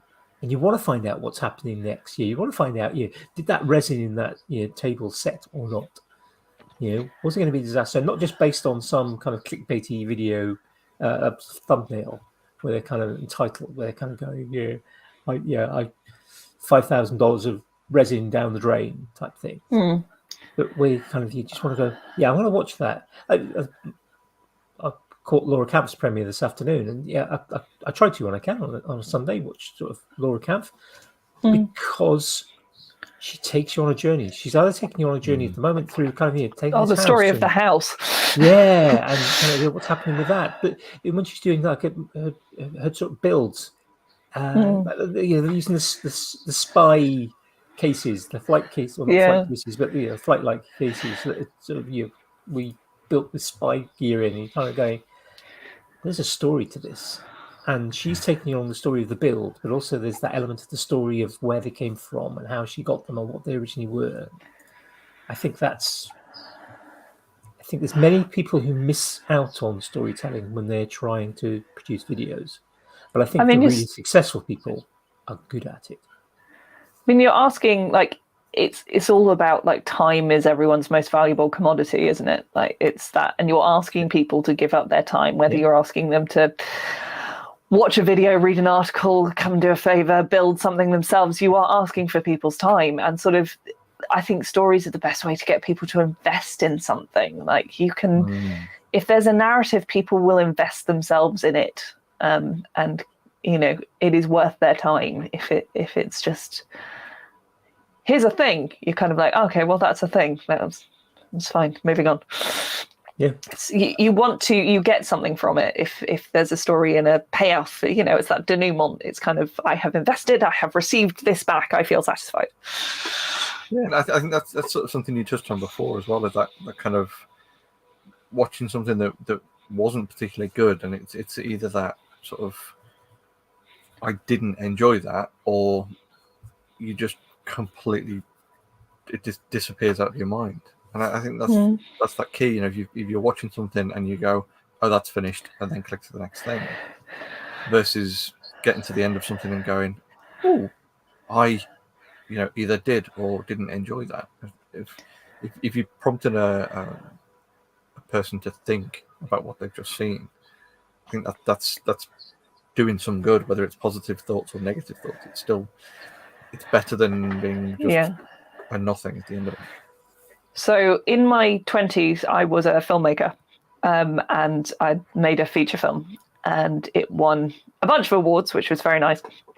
And my absolute yes, I directed for a while when I was younger, and film is really hard. But we played at the Athens Science Fiction and Fantasy Festival, and we won an award there, and it is my favourite award. And I have awards for this, for Best Film, Best Director, Best Writer, which I'm very proud of. But this is the Audience Controversy Award, and it was the award for the film which divided the audience most. And I was like, that is the award I'm proud of, because no one left that cinema thinking, meh. Everyone left either loving or hating it. And I don't care if they hated it, great. I evoked a strong reaction. Absolute favourite award. I can totally understand why. Yeah. It's fantastic. Yeah. I think more people need to learn the art of storytelling. I think, and I think it is something that people can learn. I think some people have it naturally, and obviously, I think it varies depending on your medium, what you're trying to do. Storytelling is, something that's, you talked about, kind of, you called it murder ballad in something. It's a phrase I've never heard before, but I think it's an amazing phrase. There's a bunch of them. It describes many kind of folk. This is the kind of folk music you kind of hear many things like. That's a beautiful phrase to use now for that. And I think storytelling is as old as the hills. It's since there have been humans, there have been people telling stories, and so I think we kind of relate to that. But I think it's a skill that's, I think, potentially being lost. I mean, I had when I was in the last year of primary school, we had there were issues with the school I was in and kind of thing. But one of the things that the teacher I had would sometimes do is we on like an afternoon after other work had been done, he'd literally get people to stand up and say, right, okay, I want you to tell a story. And we would literally kind of have to kind of invent on the spot. Of course, there'd be people kind of trying to get the, because it would normally revolve around kind of the people that were in the class, and kind of and people would be kind of, I want to be in the story. I want to be in the story. Make sure. And if you sort of mentioned then somebody in the class, they'd be beaming because they were suddenly in the story.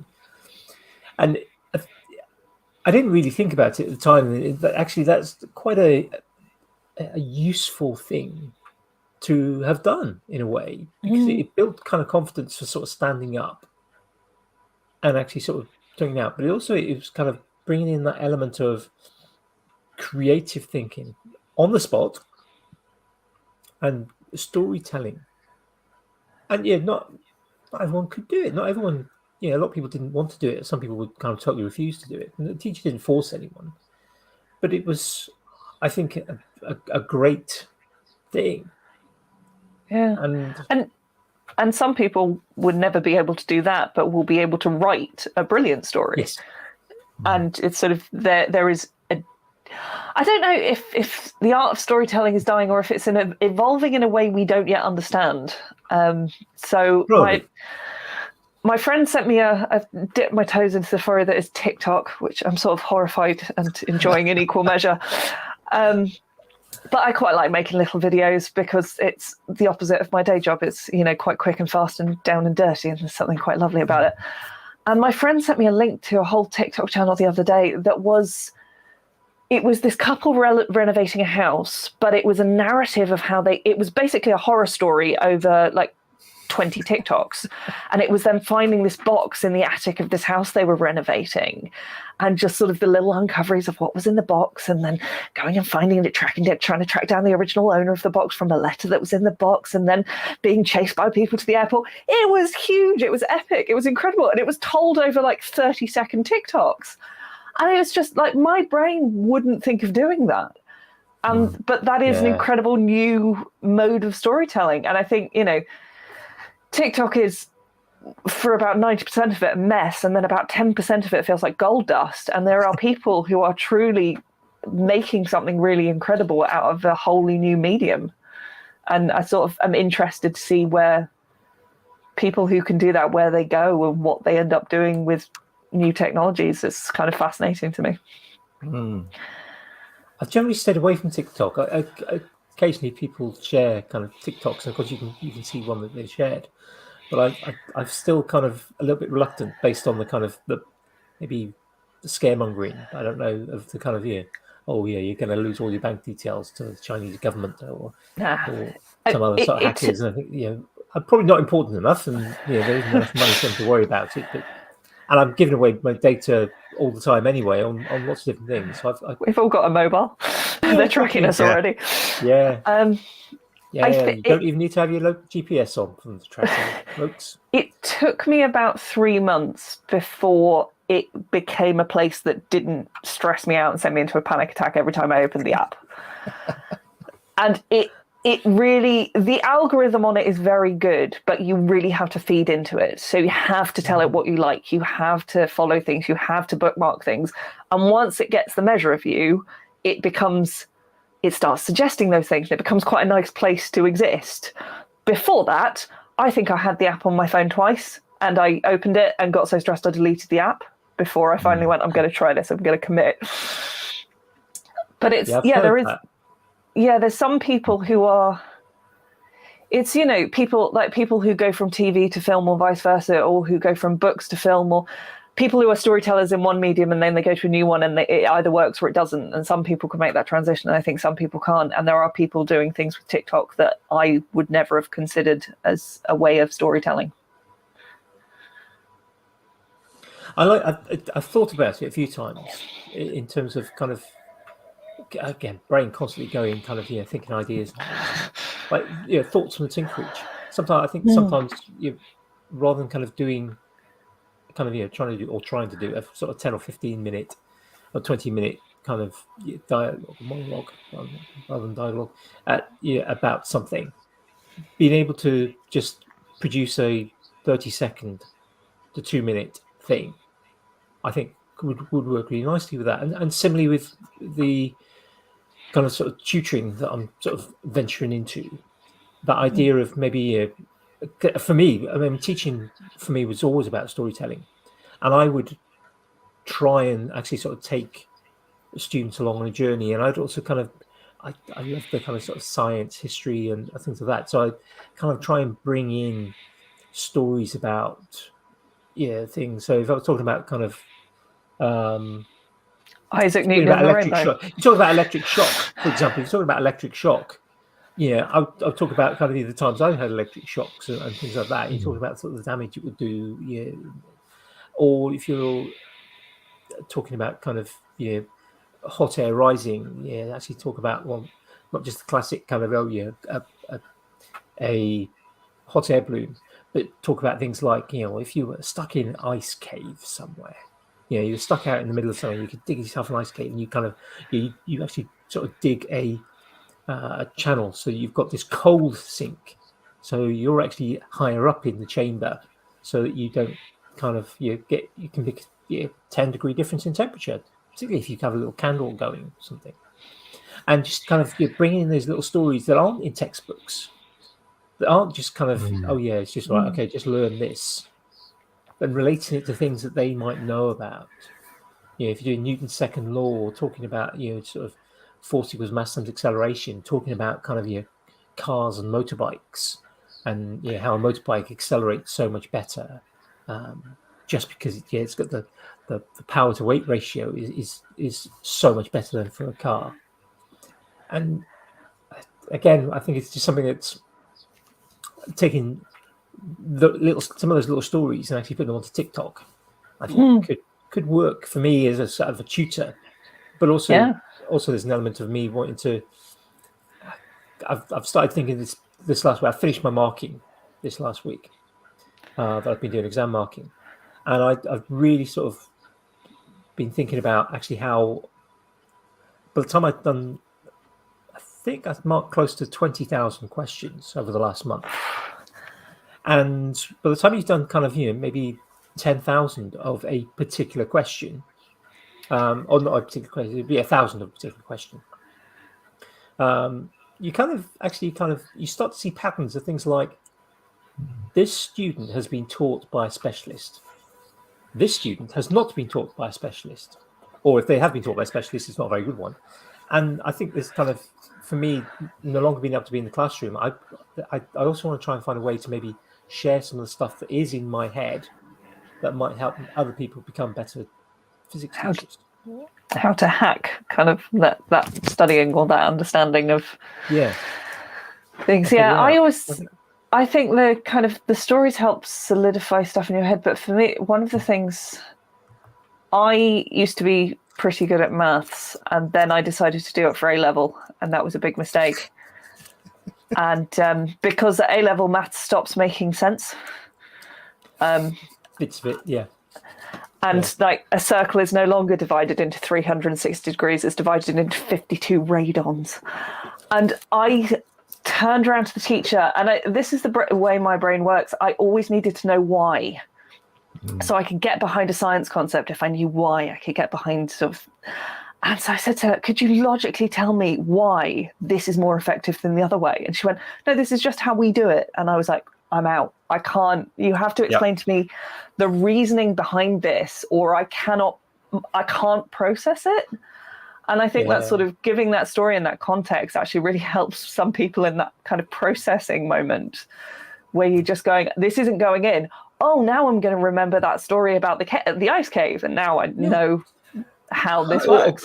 Context is the key, though, isn't it? Having that, you can produce metaphors all day long to try and redefine something in a way that someone will understand the concept. But unless you've got the right context to make it fit them, it's falling on deaf ears, I think.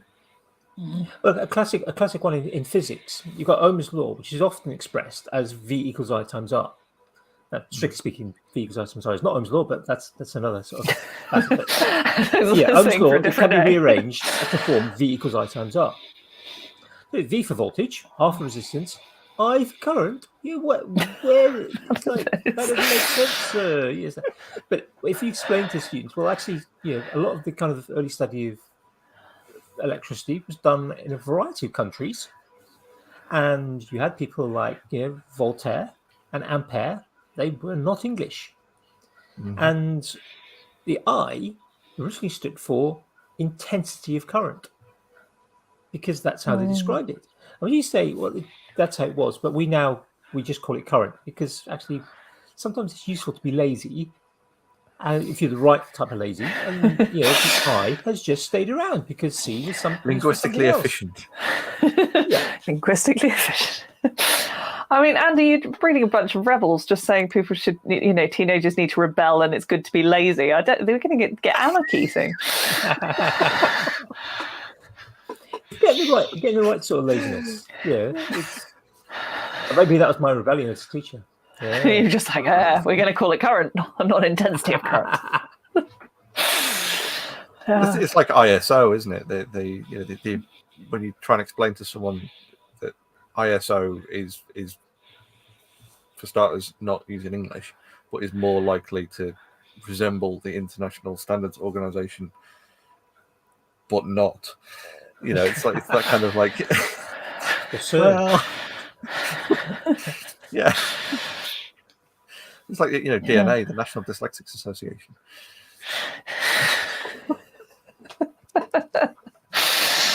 Sometimes it's not quite what you think it is. Yeah.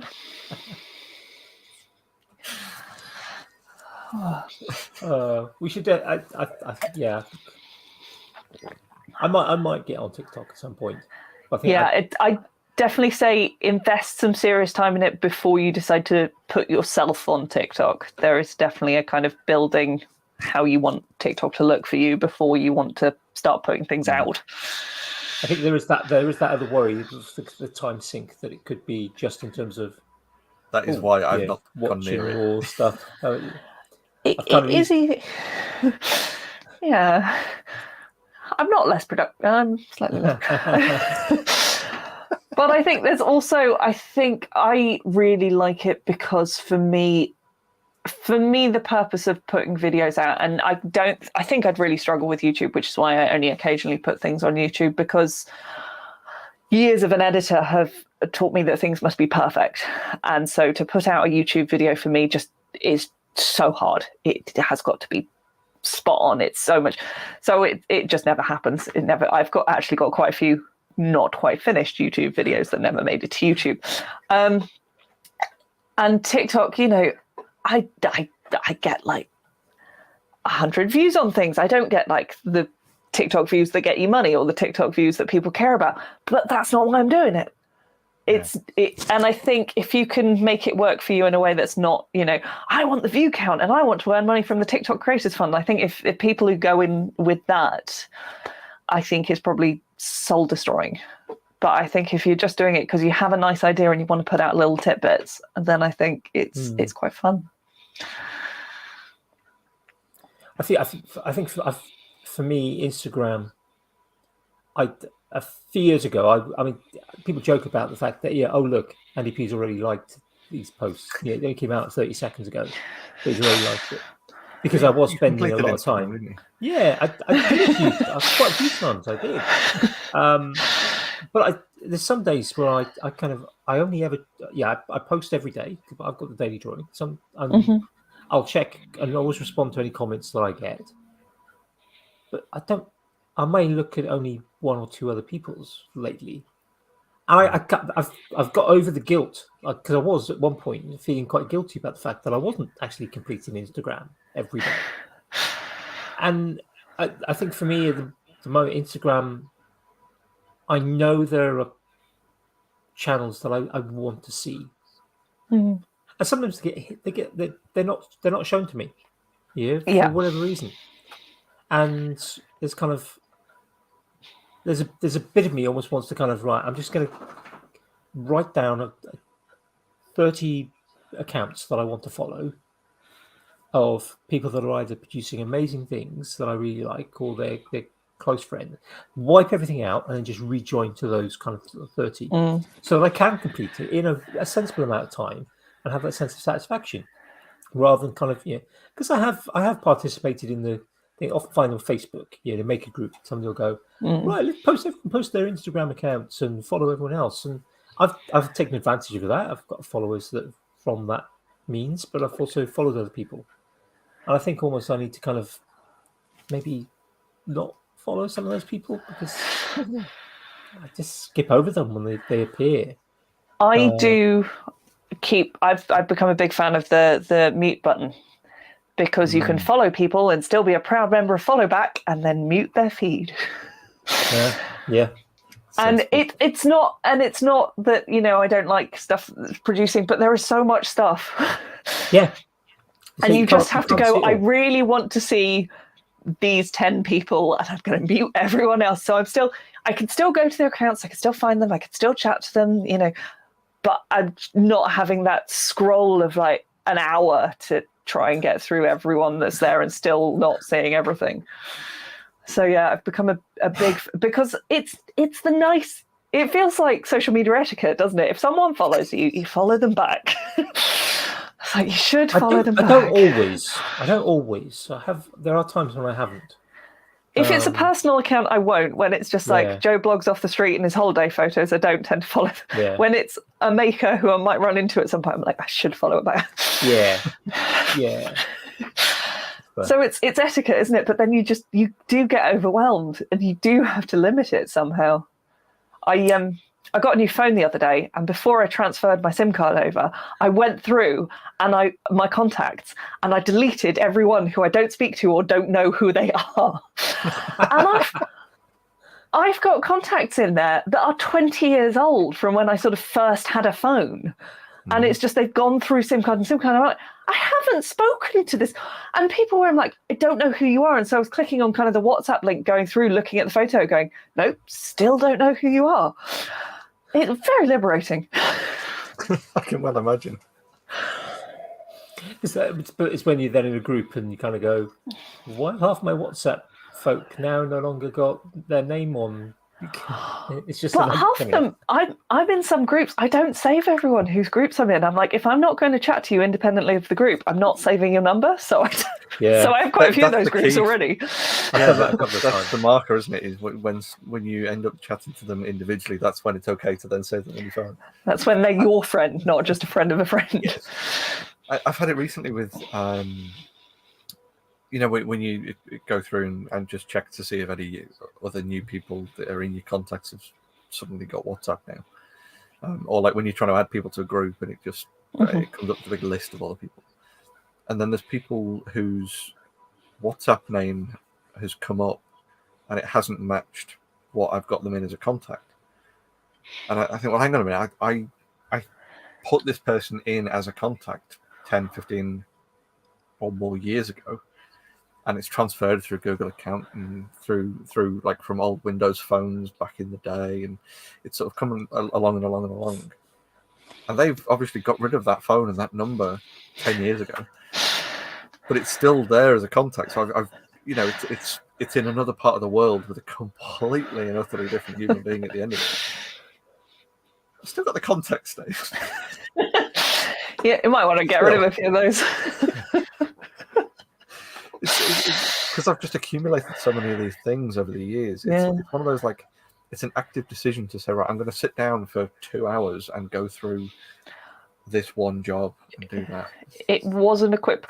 And like, because I worked on film sets for quite a few years, you would end up, with a crew that you would have 30 to 60 people that you would have to call, and you would need to be able to contact at a moment's notice. So I've just got like John, first assistant director, and I'm like, what film was that on? And I did definitely, by the end of time, I'd started putting what film it was on in like the company name, so I knew what. But it means that I've got loads of people who I talked to once on a job and have never needed to contact again, and have just never deleted. But they might contact you at some point. Yeah, but I don't work in film, so I really don't want them to contact me. It's not a healthy lifestyle. I don't want to go back. So if you don't work in film, what sort of video editing are you doing now? Well, now I work in online video games broadcast journalism. So I do list features of things like, the top 10 video games shooters, or the top 10 best adventure RPGs, or I do that kind of thing for multiple people. Yeah. Which is fine.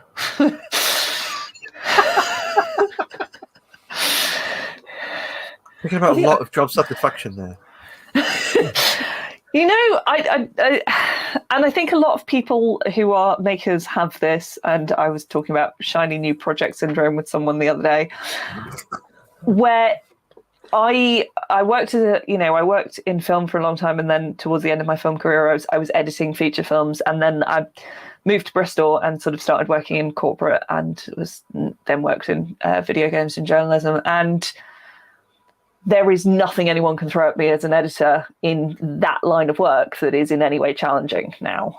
And that's not big-headed. That's a 15-year career. It's sort of it's if you gave me a feature film, there'd be something challenging. If you gave me a TV series, there'd be something challenging. But I've now milked this career for all the challenge it can offer, and I'm not someone who can sit and keep doing the same thing when it's stopped being challenging. So trying to make the transition into just making things. Cool. Entirely fair.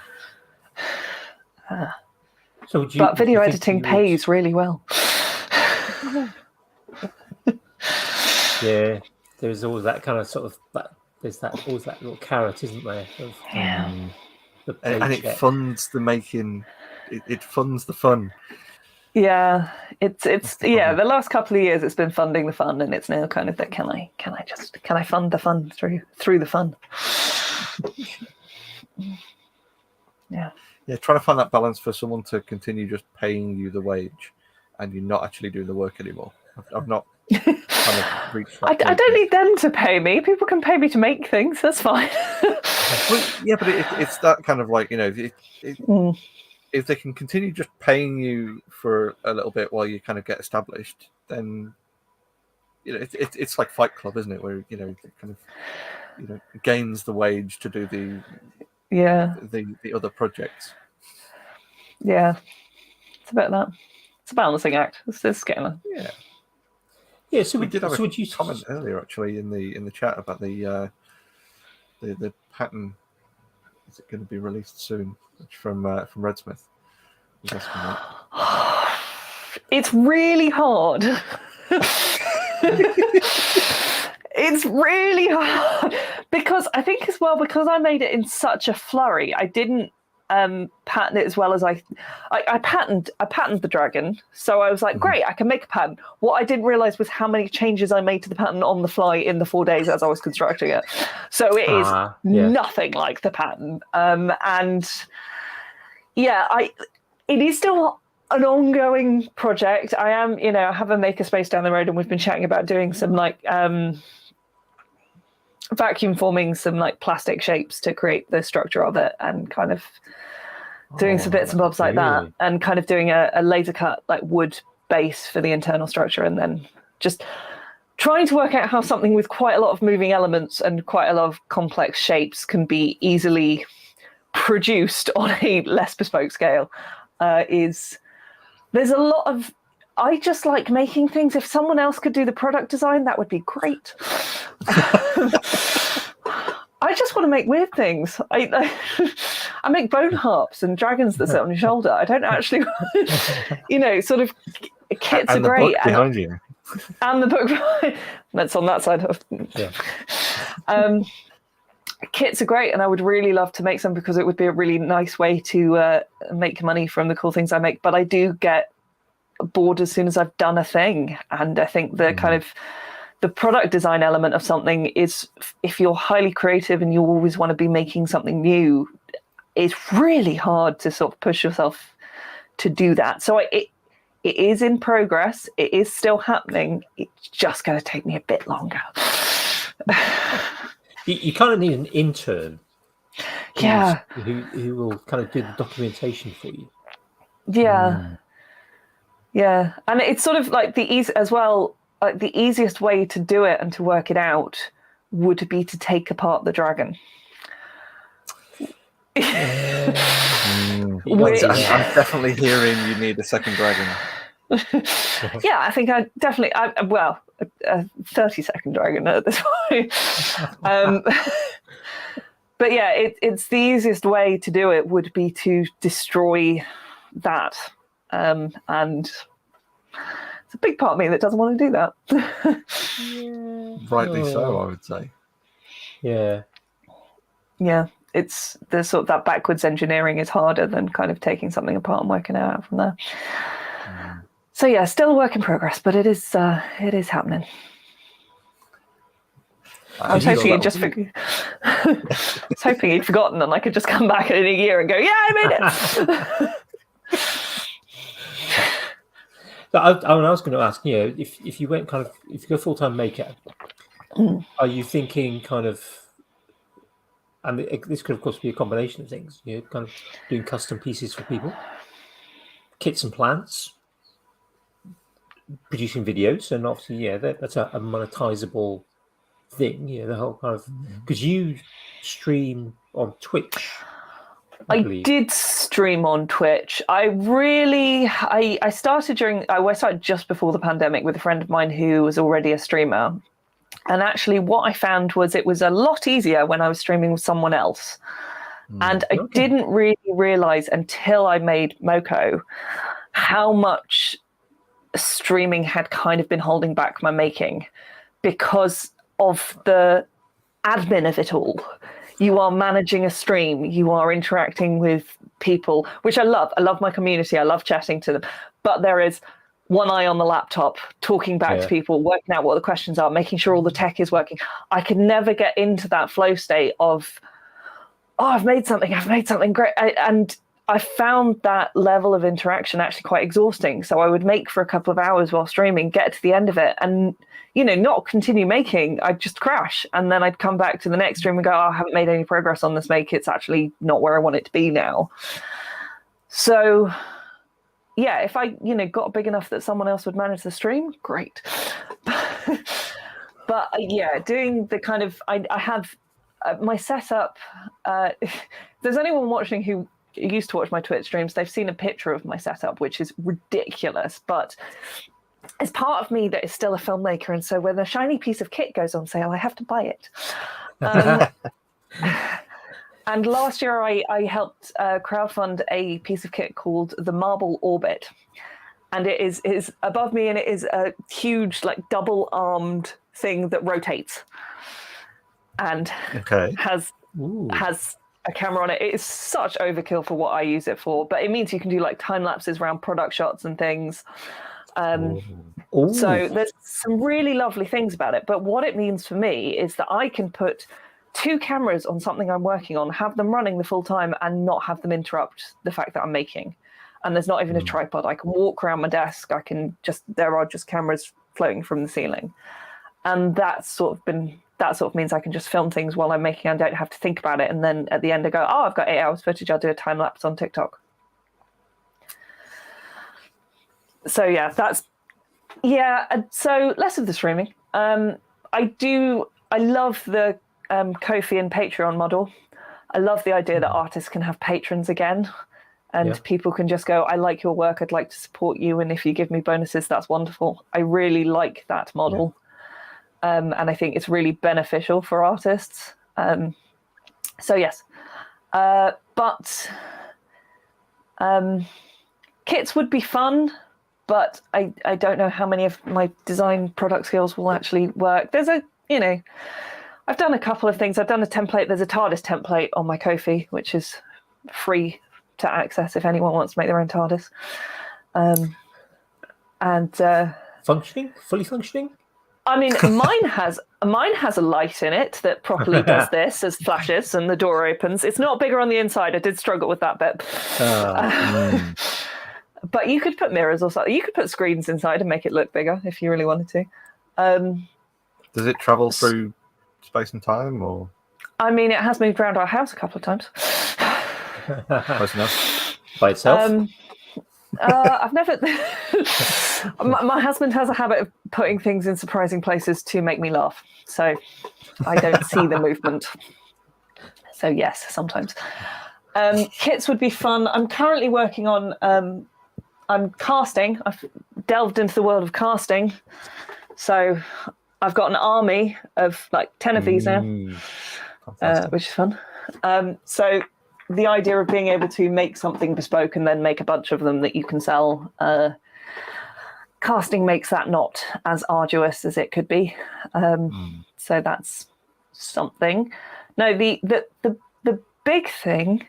Would you like to hear about the big secret project that I'm designing? Oh yeah, yes, please. Yeah. So I'm trying to design, and it's currently in with a funding bid, so we'll see what happens, because it would need a bit more of my time than I can currently dedicate. It's called the Museum of Impossible Things. And it will be a touring pop-up exhibition initially that looks just like a real museum, but presents fantastical beings and objects as real history, and is multi-sensory interactive, so people can interact with these fantastical creatures and things. Sounds amazing. So yeah, and if that could, just making exhibits and touring the country with something fantastical that people can come and visit, if that could be my life, I'd be very happy. That'd be very, very cool. It's the book, but on a much bigger scale. I was going to say, is it based on the development you did for the book? Now, the book has been mentioned a couple of times, but obviously some people aren't being able to seeing this. So this is the book of... It's called Ragnarok Retold. So it is a retelling of the Norse myth of Ragnarok, and it is an interactive book and sculpture that is, written in runes, read via an augmented reality app. The tree and dragon that it kind of rests upon interacts with the book as the story is told, so that they come to life as the story reaches the parts that they are relevant to. It's so freaking cool. Yeah. It's on Very YouTube. much so. It is. We'll have to link their video specifically because it is. Yeah, I've just written down to. So yeah, I think that is the thing when I made it that felt most satisfactory as a kind of combination of all the skills I had as a maker. Of kind of, I can code. I'm quite technical, but I love taking that technical, like going, this has an augmented reality app, but it's also made of clay, and it's also a physical book that you can hold, but you can't read it without a phone. Like that kind of combination of tech and traditional craft, I really like doing that, and I really like getting lost in an experience and people being able to sort of go into something and look at something and go, oh. So it's a really, really nice way of, because like augmented reality stuff when it came out was kind of, it was aimed at kids, and it was, bring your battle card to life with a picture on your phone on the table. It was nowhere near using it to the kind of the creative potential it's given. So to have something like that's bringing accessibility to something that is effectively like a piece of history in that sense, and bringing that into something that's you'd see maybe in a movie, like a big fantasy epic, to have this like kind of living storybook that's reading it to you, and it's bringing something that you would see in a fantasy film into the real world that someone can actually look at and see and experience. I think it's just a really, really wonderful bit of creativity. Thanks. Yeah. I was watching it earlier as well, and you say the variety of skills that are in it. I think I lost count of the number of different sort of maker modalities that were within that project, and I think it's amazing. I mean, to give for people, regular listeners will know that kind of, I kind of rate videos based, or not rate videos. I normally watch videos at 2x speed, and quite often I'll start a video off, and then I'll kind of go, this seems a bit slow, and I'll just kind of agree, I haven't tipped it up to 2x speed. I watch the entire thing at 1x speed. That's very high praise. That's a compliment. It's just kind of. I mean, obviously you have fantastic video editing skills, and you've got storytelling skills, but you've also then got this amazing project which covers a huge number of making skills. And produce and it's like, more people should be watching this. Well, I think more people should be experiencing it, and that's why I want it to be a pop-up exhibition. And I think there's something you can get turned off by it being too clinical. If someone, I knew about 3D printing, I knew about coding, I knew about augmented reality, and I built this when I did this Making It course, and my local makerspace got some funding to basically run a course getting women into digital skills. And it was 3 months, and it was 3 days a week. So it was intense. And it was, a bit tough around work, but it was amazing. And it wasn't, someone telling me about 3D printing or me seeing a 3D printed object. It was me actually holding things that had been 3D printed and seeing augmented reality apps, and having these artists came in and gave talks before they sort of taught us how to do things. And so, someone who came in from Bristol, and she built an umbrella that sensed the kind of air quality and would change colours based on what the air quality was as you were walking around Bristol. Like that kind of practical application where it stops it makes it tangible. And I think for me, dragons and storytelling, and I live in fantasy worlds. I grew up in fantasy worlds. I love that, and I think if people can walk into a space and believe for a minute that fantasy is real, and then find out that was all achieved through these different technologies and these different crafts, that's the way to inspire people to go and make things. Absolutely. And I think that's the thing, is growing up, seeing the development of, like we talked about before, with like props and special effects, and then going into more computer generated stuff, and watching this kind of like evolution. I mentioned like Marvel epics and stuff before, being the first sort of Marvel film being Blade, and seeing things like the safety, not safety mechanism, but the mechanism on his sword, where it kind of springs out to, if you don't flick the switch, take your hand off, kind of thing. And that being like, practical effect, someone's actually made that as a thing. Whereas now that would just be CG'd in, or, whatever else. So to bring that back, to say, no, look, we can actually make these things. And, we can use these modern technologies and these infinitely more accessible now, things like laser cutters and CNCs and 3D printers, and using these digital skills to take something, because like now someone could make a similar book and or a similar concept. It's something that is actually achievable, and that video in and of itself could inspire someone to make their own version of something. And they might not have known it was even possible. Yeah. What a time we're living in. Yeah. I mean, I've said it a bit when we were talking about films, but it's that what really fascinates me is that augmentation of things with technologies. I don't just want to go and 3D print everything, and people kept saying to me when I was making the bone harp, you could just 3D print this. You've literally bought a model of a spine. You could 3D print the whole thing. I was like, no. But it was really nice having the 3D model that I could then use as a reference for building it. And actually, CG doesn't have to mean we don't use puppets anymore. And just because we love puppets doesn't have to mean we don't use CG. We can have both. They can coexist in a really lovely harmony.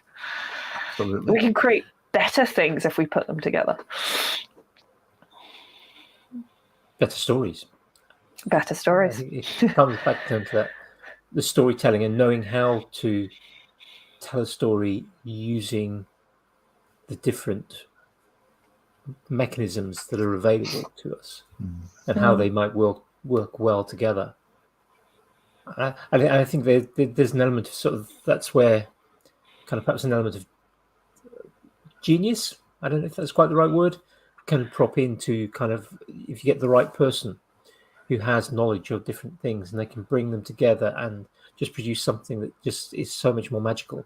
I mean, I think of something like Soph, when she took that kind of, she had this broken canvas. I don't know, what did she do? She, let's just stick a bunch of bamboo skewers through it and stick some balloon-like shapes on the end, and suddenly we've got this painting that's also three-dimensional. I was literally talking about that today. I was at a work barbecue and I'm wearing this top, and a colleague of mine was like, "What's that top? Because it looks Marvel." And so I was explaining Soph and explaining the 3D canvas and that kind of thing of that, taking something that someone else might have thrown in the bin and turning it into something else that's bringing in different, flat 2D painting, but bringing in then something that brings it into that 3D, and that's kind of that augmentation of two different skill sets. Yeah, and something that people, it's going back to that. You're not taught in school, are you? No one presents you with a canvas and goes, "Why don't you stick a sculpture coming out of the canvas?" They tell you to paint a picture on the canvas, and it's that sort of, God, what would people come up with if we didn't limit them in that way? Yeah. Oh, yeah. If we actually give them all the tools and we present them with all the different ways they can use them, then go, you can make this, or you can make this, and see what happens. Not, you can't make that. Yeah. I could have another rant to get about kind of the restrictions that things like results place on education. Yeah, and that kind of that need for results, and that kind of think of a school and a teacher is judged by the results they get. And I mean, I haven't taught mostly in grammar school, and teaching things like A-level physics. We to set a kind of limit that you will not achieve a good grade in A-level physics unless you have a good grade at GCSE in physics and maths, and we set limits on those.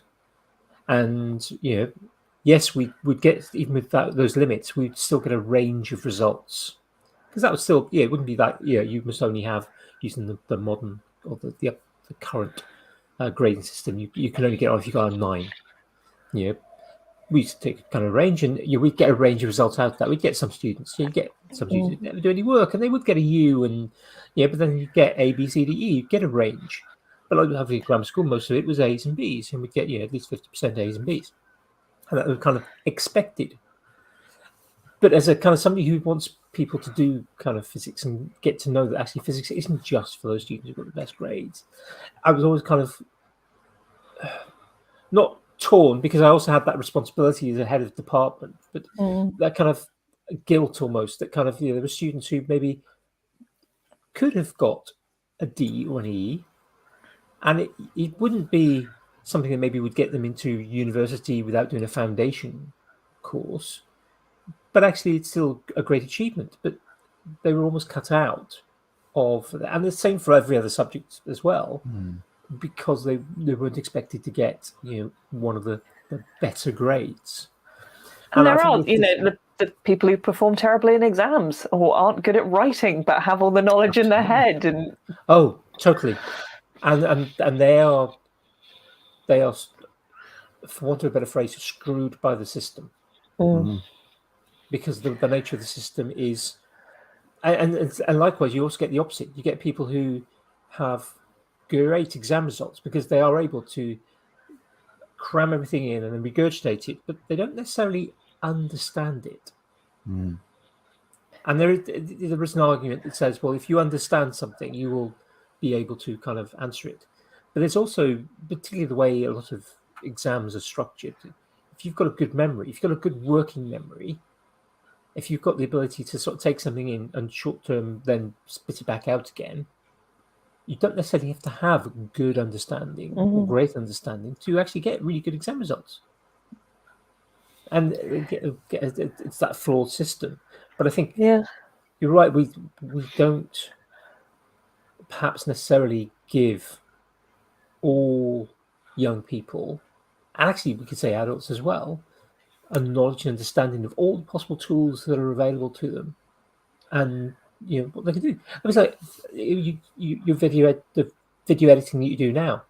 If somebody said to me, where does a video editor work? I would say, well, film and TV, and possibly kind of those corporate videos. John Cleese goes in and you kind of go to a business thing, and it's like John Cleese telling you how great it is to do something, or like a first aid course or something like that. But basically it's TV or film. Yeah, I would think that there would be that. I think. I mean, you can't offer it. It's really hard because you can't tell everyone every option, can you? It's just too broad. But I sort of think, I think people need to be encouraged to pursue. I think at school there is a very much a fit into the box, and I think I'm going to get on my feminist high horse for a minute here. But it is getting better. But when I was a kid, when I was 7, I was given a woodworking toolkit. And it was the best thing I'd ever had. And I wasn't very good because no one was teaching me woodworking, but I love chopping bits of wood in half. And then Nobody's very good when they first start. Exactly. Yeah. And then I moved in with different family members who did not approve of a young girl doing woodworking. And I sometimes wonder if I'd been encouraged from 7 onwards with woodworking, where on earth would I, the skills that I've had to pick up quite later in life and go, oh, I quite like making, I'm going to pick up all these skills now. If I'd been encouraged in those from when I was 7, I'd be building castles by now. Well, there's the other question there of did that little bit of time then give you a bit of a kind of a boost for later in life of having that kind of primer back then that was enough to give you this push where you are now? Yeah, so I think maybe there's a sort of, when someone shows an interest in something, we have to then give them the options in that interest. Absolutely. Rather than going, oh, well, now you're interested in that thing, you will now follow the prescribed course to go into that thing, which is this narrow channel. I think we have to kind of go, oh, well, you showed an aptitude for woodworking. Have you thought about, design? Here's how architecture works. Here's how DT works. Here's how, people whittle. Here's how people build things with metal. Do you want to try forging? Kind of like, we need to encourage people to pursue those sparks. And I think if those sparks, I think you get a lot of those sparks at school that don't fit in the school system. And all through life, actually, life is designed to work. The world is designed to work one way, and if you have a spark that's kind of outside of that, you have to do it on your own, and that takes a lot of energy and a lot of kind of gumption to do it on your own, and quite often to kind of drive yourself. Yeah, and you don't tend to know what you don't know. So something like you're saying, are you showing an aptitude for woodwork? Have you tried all these other things? It's then like, well, you might go into something that would be requiring you to do pricing and accounting and communicating and marketing, so maybe incorporate some of these as well, and it's that understanding, isn't it, of like you might stop pursuing one thing and not realize that to pursue that avenue you also need to look at these other branches off as well. It's like how they say now, to be any kind of maker, you actually need to be a social media genius and a content creator, which I think we're all bored of. Or rapidly get big enough that you can employ someone to do it for you.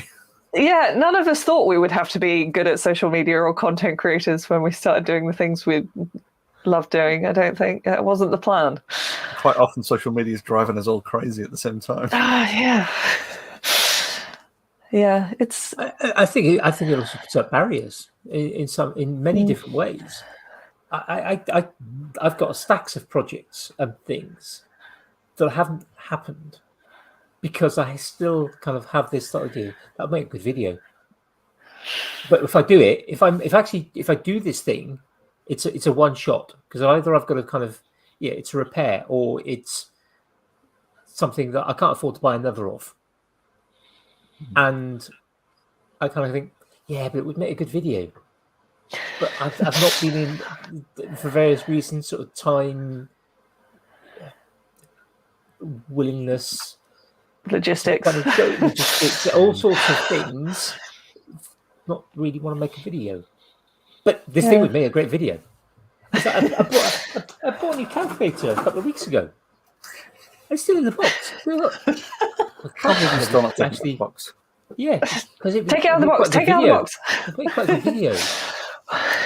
We're live. We're streaming. Andy, you're on video. Take it out of the box. It's just like, it's completely and utterly daft. But this is one of the things that's happening in my head for over a year now, even longer. It's kind of the number of projects I've got. They're just building up because that'd make a damn good video. That would. And ultimately, if you don't end up making the project, then not only did it not make a good video, but it didn't make a project either. I know. Or like the calculator, he still hasn't used it. Still hasn't even come out of the box. Is this because you want to do an unboxing of the calculator? Just unbox the calculator. Put it back in the box again. It's completely and utterly daft. But these are. Yeah, I just rearranged. I mean, it's even. I'm a hoarder, and you do get into the. And I'm a hoarder of things that I think might one day be useful. And I'm going to say they prove to be useful about 25% of the time. It is a lot more that I've just kept things for years and they have no use 25%? whatsoever. You're a good rate. That's a high rate. Yeah.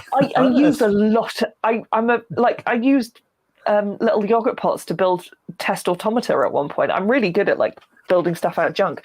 But that means I'm really good at keeping junk. So can you fancy coming in and just clearing half the junk out of my stuff? Just have a junk making. But it just, then the junk accumulated, and I just reorganized my entire room, and I got rid of so much stuff because I was just like, it is on every surface now, and at the point where it's on every surface, I can't make anything. Mm-hmm. So there is no point keeping the junk to make the things if the junk is stopping you making. But it's good junk. It's not good junk. It's gone now. So many people said they've packing foam. I still have loads, but I got rid of about half of my stash just going, those bits can go. I did. I actually used some saved packing foam the other day for a legitimate, useful, real purpose. I was fully justified in the box of packing foam that I put up in the loft the other week. I took 2 pieces of it back down. See, that's the problem as well. So my husband and I bought this house about a year and a half ago, and we went from sort of a 1-bedroom flat, and we now have a 4-bedroom house. And an attic. It's just like project rooms. And it's alarming how quickly we filled it, in that we were in a 1-bedroom flat. And I mean, we had some stuff in storage, but we're now in a 4-bedroom house and it doesn't look like there's any space left. It's just stuff. Also, the book may be lovely. It takes up a lot of room. Yeah. Where is that meant to be stored? It's quite tall as well, so I keep trying to put it on top of bookcases and just the tree starts crumpling. I'm like, no. I must admit, I have a few times I've made a project purely for the express purpose of getting the parts out of the way. So I've used the things to make a project that I don't need, I wanted to make, but I don't want to keep it. But I know I didn't want to throw the bits out, so I've made the project and then given the project away immediately to just get it out of my way, because that made more sense to me than throwing the parts. Yes, we're a strange breed. Yeah, but it's that kind of like, here, I made a thing, it's your problem now. Yeah, I do. One of my friends has a lot. They are beautiful, and I'm really proud of them. I've got a giant like phoenix that's about 2-3 feet tall, and a dragon that matches it that's 3 feet long. And my friend's Malaysian and got married a couple of years ago. And in Malaysian, instead of a stag and a hen, you have dragons and phoenixes, which is way better. But they're on everything. Like, they're at the wedding, they're on wedding invites, they're usually represented in the decorations. So her husband's English, so they had a church wedding, but flanking the altar with a giant dragon and a phoenix. Oh, fantastic. I bet that must have seemed like a Harry Potter themed wedding almost. And they're lovely, but I was really glad when they were out of my house, and now they live at her house.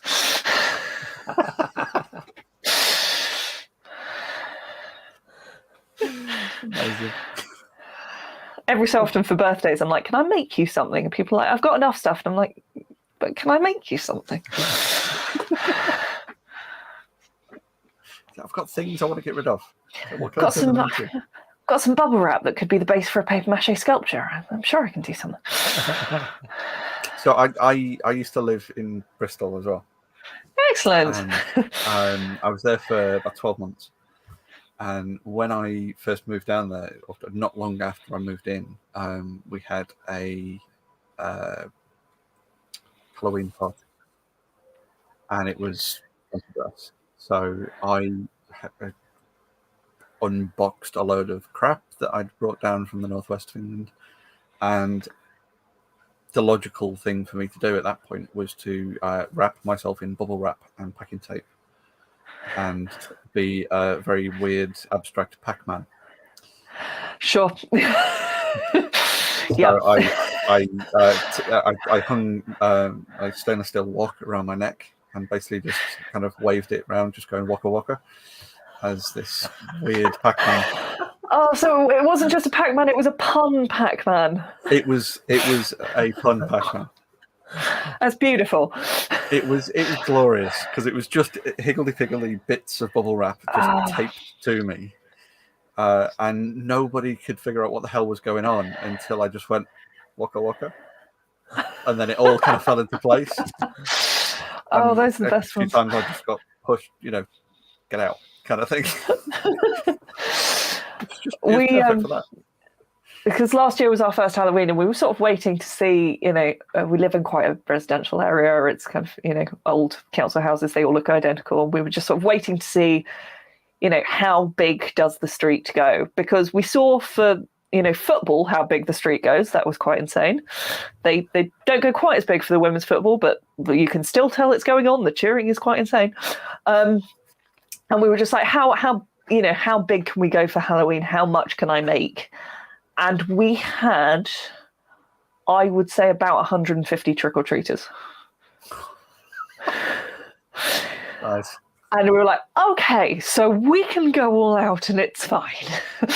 And there are people with googly eyes in the window and cobwebs all over the outs. And we're like, okay, we can push this. We can go a bit mad. 'Cause my husband is very good at coming up with ridiculous ideas that I will then have to construct. Yeah. So, projections, like motion controlled projections, so that as soon as someone crosses, through our driveway, like there are ghosts in the windows and things. I was like, that'd be amazing. I can make that happen. I've got motion sensors. Bristol is absolutely the place to do that, though. Because the guy I used to work with, he was very much into Halloween, and he would hide a PA system. He was a DJ as well. He would hide a PA system in his front garden, and dress it all up and everything, and then basically sit by the window and then be speaking spooky stuff at anyone that was walking into the garden. That was down in Bristol. Yeah, it's a special place. It is. It really is. You say that knowingly, yes. Well, yes. I think I don't think you can live here and not experience it. I think you kind of agree. It's a place where, and it is unlike, because I moved here from London, and mainly because I'd run out of money, and I had a friend in Bristol who went, "Come here." I was like, "Fine." That's why I moved to Bristol, not from London, but from the northwest.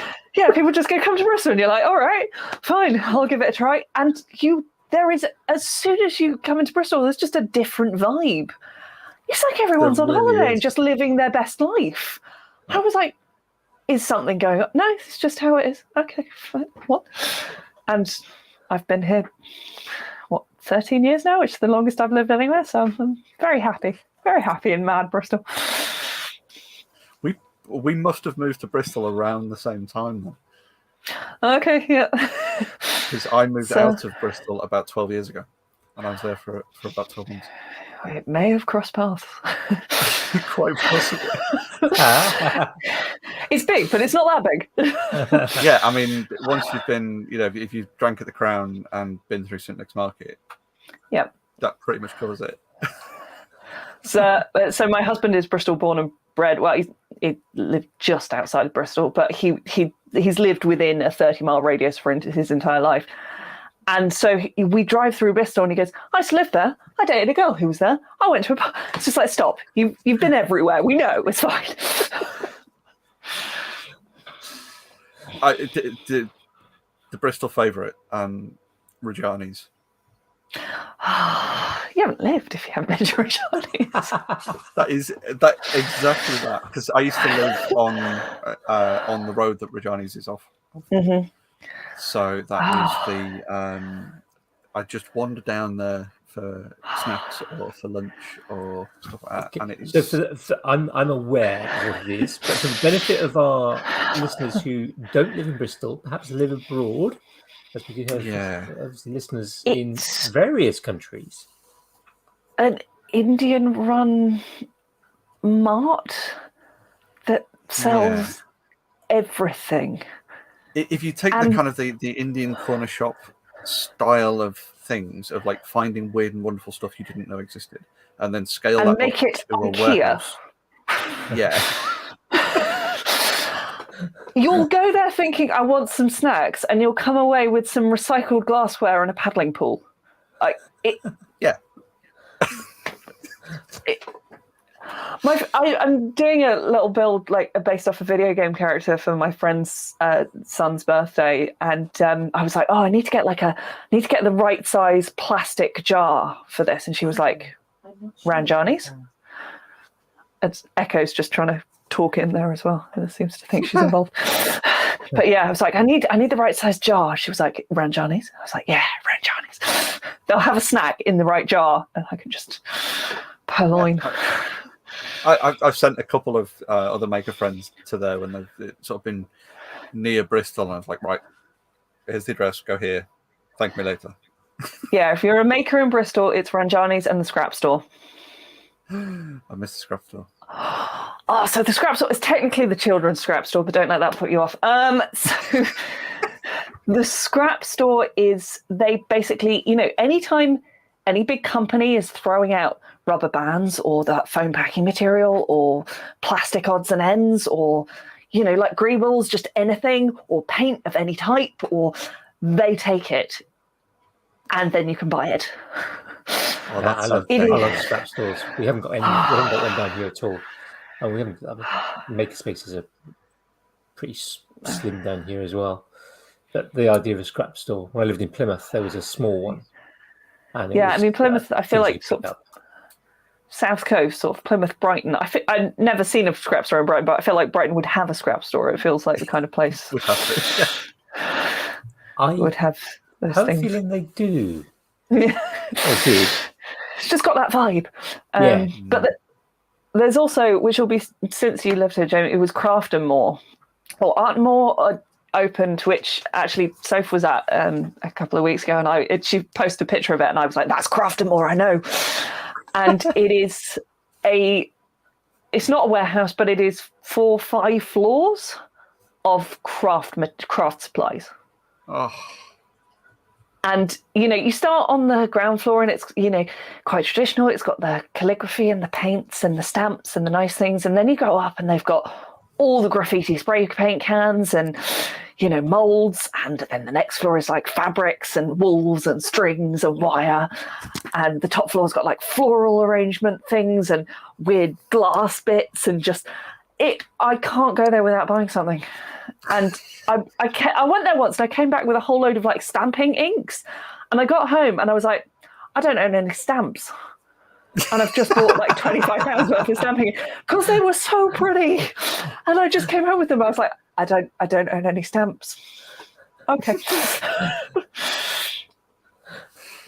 It's such a wonderful, wonderful place to be. I would genuinely say anyone who's vaguely crafty or makery or interested in interesting things, anything that just isn't beige, has to go and spend some time in Bristol. And go wander. It's an amazing history. We've got a robotics lab. We've got a puppet place. Sorry,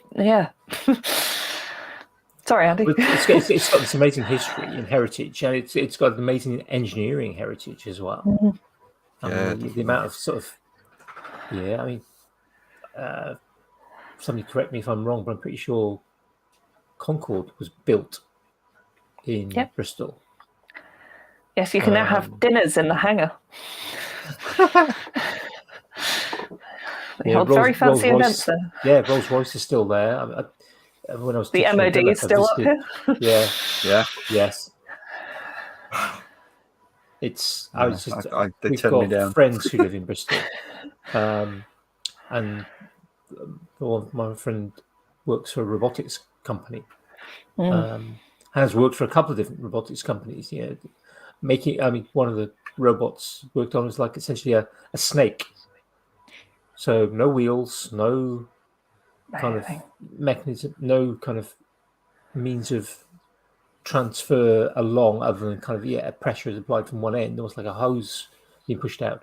But this thing would be able to manipulate and move and go down through spaces that couldn't for use in the nuclear industry, particularly.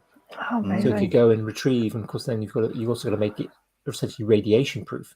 Heavy duty radiation does a good job of making most electronics not work properly. And it has to be fail safe. So if it does fail, it's not going to suddenly drop the vial of plutonium that it's just picked up or whatever. Yeah. So it's.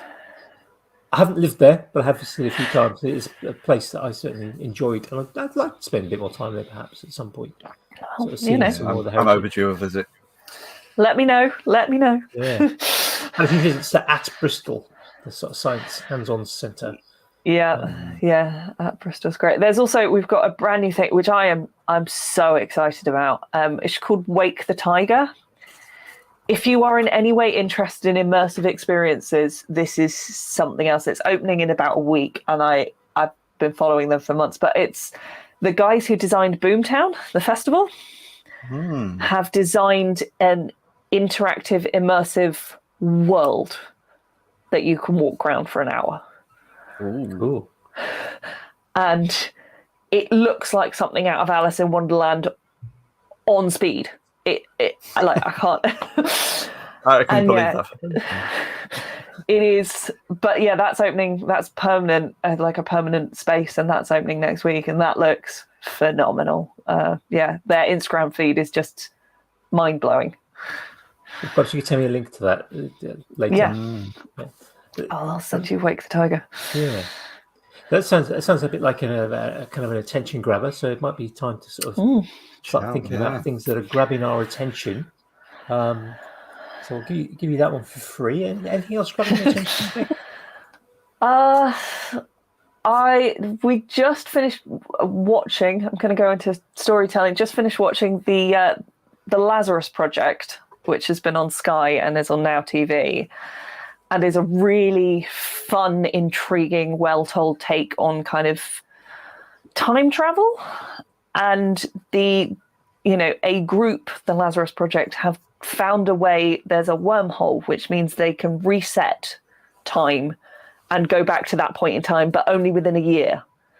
And so they exist to stop extinction level events and nuclear war and things. And one of the first questions, the lead character asks when he stumbles across the Lazarus Project is, why didn't you, go back and stop the pandemic? And they went, we reset 16 times. How do you think we got a vaccine so quick? Oh, nice. And it's got a really good balance of kind of that thing that a lot of the stories are doing now, where it's really serious and intense and a thriller, and then occasionally really funny. And just a host of wonderful British actors that are not everyday faces, but are people you've seen here and there. And really loved that. And the ending, if it doesn't get a second season, I'll cry. But it's not a cliffhanger. It's just one of those ones that makes you need more. You want to watch more. Yeah. You want to watch more. So that's brilliant. And making, I have to shout out Laura Matthews, who is a wonderful articulated puppet maker, and has just and is just I don't think anyone else makes puppets the way she makes puppets, and is working on a Phoenix puppet at the moment, where she's got the extra little feathers at the wingtips, and they extend independently of the wings, which for people who are into birds is huge. And I don't understand the control mechanisms. I've made one marionette in my life, and I can barely get to grips with puppeteering that. To be able to do claws and legs and full flight and extra wingtips and a head, and she is. I'm patronize her on Patreon and just love her updates and seeing. It's one of those makers that blows my mind and makes me think, oh, what could you do? She was at I wasn't there that year, but she was at the 2018 Maker Central, if I remember correctly. And people were posting about it fairly quickly about her work, and I started following her just after that, and it is just amazing. Megs International did an interview with her at one point as well. I think that same year, and it was fascinating hearing kind of her sort of background and her sort of story. If I remember correctly, her mother was a biology teacher. Yeah, so she's got she a very was very strong. artistic. She was very artistic herself, Laura, but she had that input of nature study from a very young age, from kind of, sort of this biology teaching mother. So she has this great understanding of motion of limbs of different animals, and also that attention to detail on that. Add then the creativity. Her work is phenomenal. Yeah, and she really, I think, it kind of embodies that, making something organic from new technology, because a lot of her designs are laser cut, but then she sands them and she works with them so much, or she 3D prints things and then adds details on them. So they all look so organic, and most of them are made through laser cutting. And you would never, you kind of have an image in your head of what laser cut art looks like, and this is not laser cut art. Yeah, absolutely. It's I mean, yeah. For anyone who doesn't know it, I will make sure there's a link in the show notes, because it's worth coming and checking out. Yeah, I'll find it now. Laura Matthews Art, I think she is online. Yeah, with one T, if I remember correctly, for the Matthews. Yes, there is another artist who is the same, but with two T's, I think, or the other way around, however she spells it. There is an artist who does paintings who spells it the other way. It's really, you stumble across the wrong person a lot. In the Instagram search, it says followed by Andy Pugh and 54 more, so that's close enough. Yes. Yeah, that'll be the one. Yeah, that'll be the one. Andy as the barometer. Compass. Yeah. Either. Yeah. Full of mercury, a bit dense. Yeah.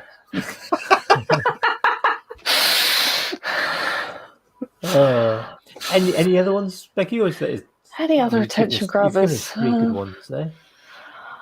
Oh, I mean,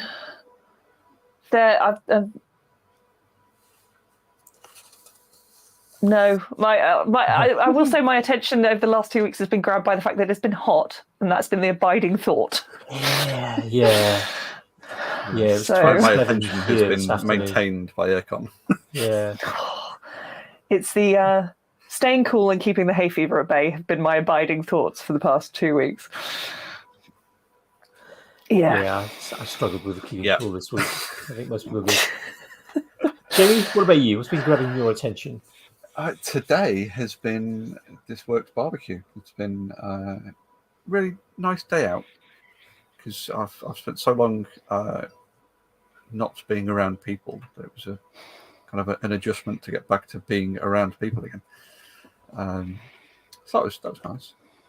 But it's been quite a tech-heavy week for me this week, so I've been kind of interspersing it with random bits of YouTubery of completely disconnected stuff like Hot Ones and. Isn't there Bear Grylls on this week? I think. Wasn't it? Who, sorry? Bear Grylls. Yes, it was Bear Grylls this week. Yeah, which is it's in my watch list. Yeah, he didn't go for chicken wings. He went at left field. So interesting. It's one to watch, actually. It was pretty good. Yeah, there's been some big chunks of attention on things like the Marvel Universe. The announcements for Phase 5. I was going to say, is it Phase 5? Next Black Panther trailer came out. Yeah, among other things. Wakanda Forever. That's good. Made me very emotional. But even more importantly in our household at the minute is that Lower Decks Season 3 has been announced the date for that. So that's very much looking forward to that. That's about it for me. Nothing specifically. All of our usual friends have been doing wonderful things. And I know Andy's going to shout out the Virtual Craft Festival. So because of course he is. What about you, Andy? Me, not actually very much different from the last couple of weeks. Did finish the exam marking this week, so that's done and dusted. Although I now need to chase them about the fact they've got their figures wrong for how many they think I've marked. But that's kind of a mute point at the moment. So I can be on the phone tomorrow. I have continued kind of trying to, because I've not had much luck this week, getting things in place for the tutoring business. That hopefully will be up and running soon. There's a few things to still sort out, decisions to make, things to sort and source, etc. Anyway, bookbinding yesterday. That's probably the best thing. Are you going to be writing in your book-bound book with your ink that you made on your ink making course? Probably not. I might make at some point. I want to make some other ink. I have a bit of an issue though. Kind of, because I've made a few books. I still have some of them myself. Some I've given away. I kind of have this kind of thing. I've got notebooks. I've got some notebooks that are probably 10 years old because they're just too good to write in. I have a few of those. Yeah, we all have a few of those. Yeah, and it's like, so I've I'm not sure what to put in it, and I've kind of, I don't know what will get written in it. I don't know. At some point, maybe. I do feel like you need to go on a pen making course now. Well, I maybe pen making. You need to go and do some playing on a mini lathe. Yeah, I'd like it. But with pen making, I'm not interested in just kind of making any old like slimline pens or anything like that, which is quite standard. Fountain pens. Yeah. I want to get back into using fountain pens. I like fountain pens. I haven't written one for a long time. Kind of 90% with a fountain pen. Nice. I only really write with biro when sometimes notes when I'm making where water and paint are involved, because if you smudge your notes and then you've lost the information, it is a problem. But when I'm sort of writing in notebooks, it's always in fountain pen. Love fountain pens. I have an italic one that just, I used to mark a long time ago. I used to do my marking in fountain pen. But then Parker, because I was using a Parker 25, and Parker stopped selling red cartridges. Right. And they don't make them anymore. So I did then change over, because when you generally buy Parkers, they will give you the self-refilling cartridge. So I do have that, but that is quite a pain compared to just having some spare cartridges in your briefcase or the like. So I kind of stopped. So I suspect I have several fountain pens, nothing fancy, but I suspect that they're probably quite dried up. Good scrub. You can usually get the ink flowing again. Yeah. So for me, that's been it for this week. I think that's about it. And for some reason, I have a dog who appears to want to be going out. So this might be a good point to maybe draw the conversation to an end. So, Becky, where can people find you? Mainly on Instagram, but I'm now on TikTok as well, and I am on Twitter, and I'm always Pepperdine Creations. So you can find me everywhere as Pepperdine Creations. I am on YouTube, although I really don't post often. I will try and get better. But yes, Pepperdine Creations will find me anywhere. Instagram is probably the most reliable. Well, hopefully people listening to this will go and find your YouTube channel and subscribe, so that you can get up to that magic kind of 100 and get that custom URL. So there's a kind of call to action for everyone. So yes, if many of you subscribe, then I'll start making content. How's that? Do it in reverse. That sounds even better. That sounds So everyone needs to now go and subscribe. Yeah. Definitely go and check out that book video to just see why me and Andy have been so in awe. Absolutely. Yeah. That will be linked in the show notes, so people can go along, and I might even there's I can't remember what it is off the top of my head, but I've got it written down somewhere. there's a little kind of addition you could put on a YouTube link. So if somebody follows it, it doesn't just take them to the video. It kind of says first, subscribe. And it gives you a little subscription thing. So maybe I'll be a bit naughty and add that. So people that way. don't get much of a choice. I mean, you can say no, but yes. You can opt out. It's a nice way to kind of just save people the effort of having to look for the subscribe button. Nice way to manhandle people in. Andy Right. says, Becky, thank you so much for joining us. It's been a wonderful chat. It's been lovely to be on, and yes, I hope to see you both in Bristol at some point. Definitely. Sure, we can sort something out at some point. Yeah, I am long overdue a visit, so I shall give you a nudge when I'm down that way. Excellent. Make a central Yes. next year as well. Absolutely. And with any luck, maybe there'll be a prototype of a pop-up that I can show off. Yeah. Very, very awesome. All right. On that note, bye, folks. See you next week. Goodbye, folks. Bye.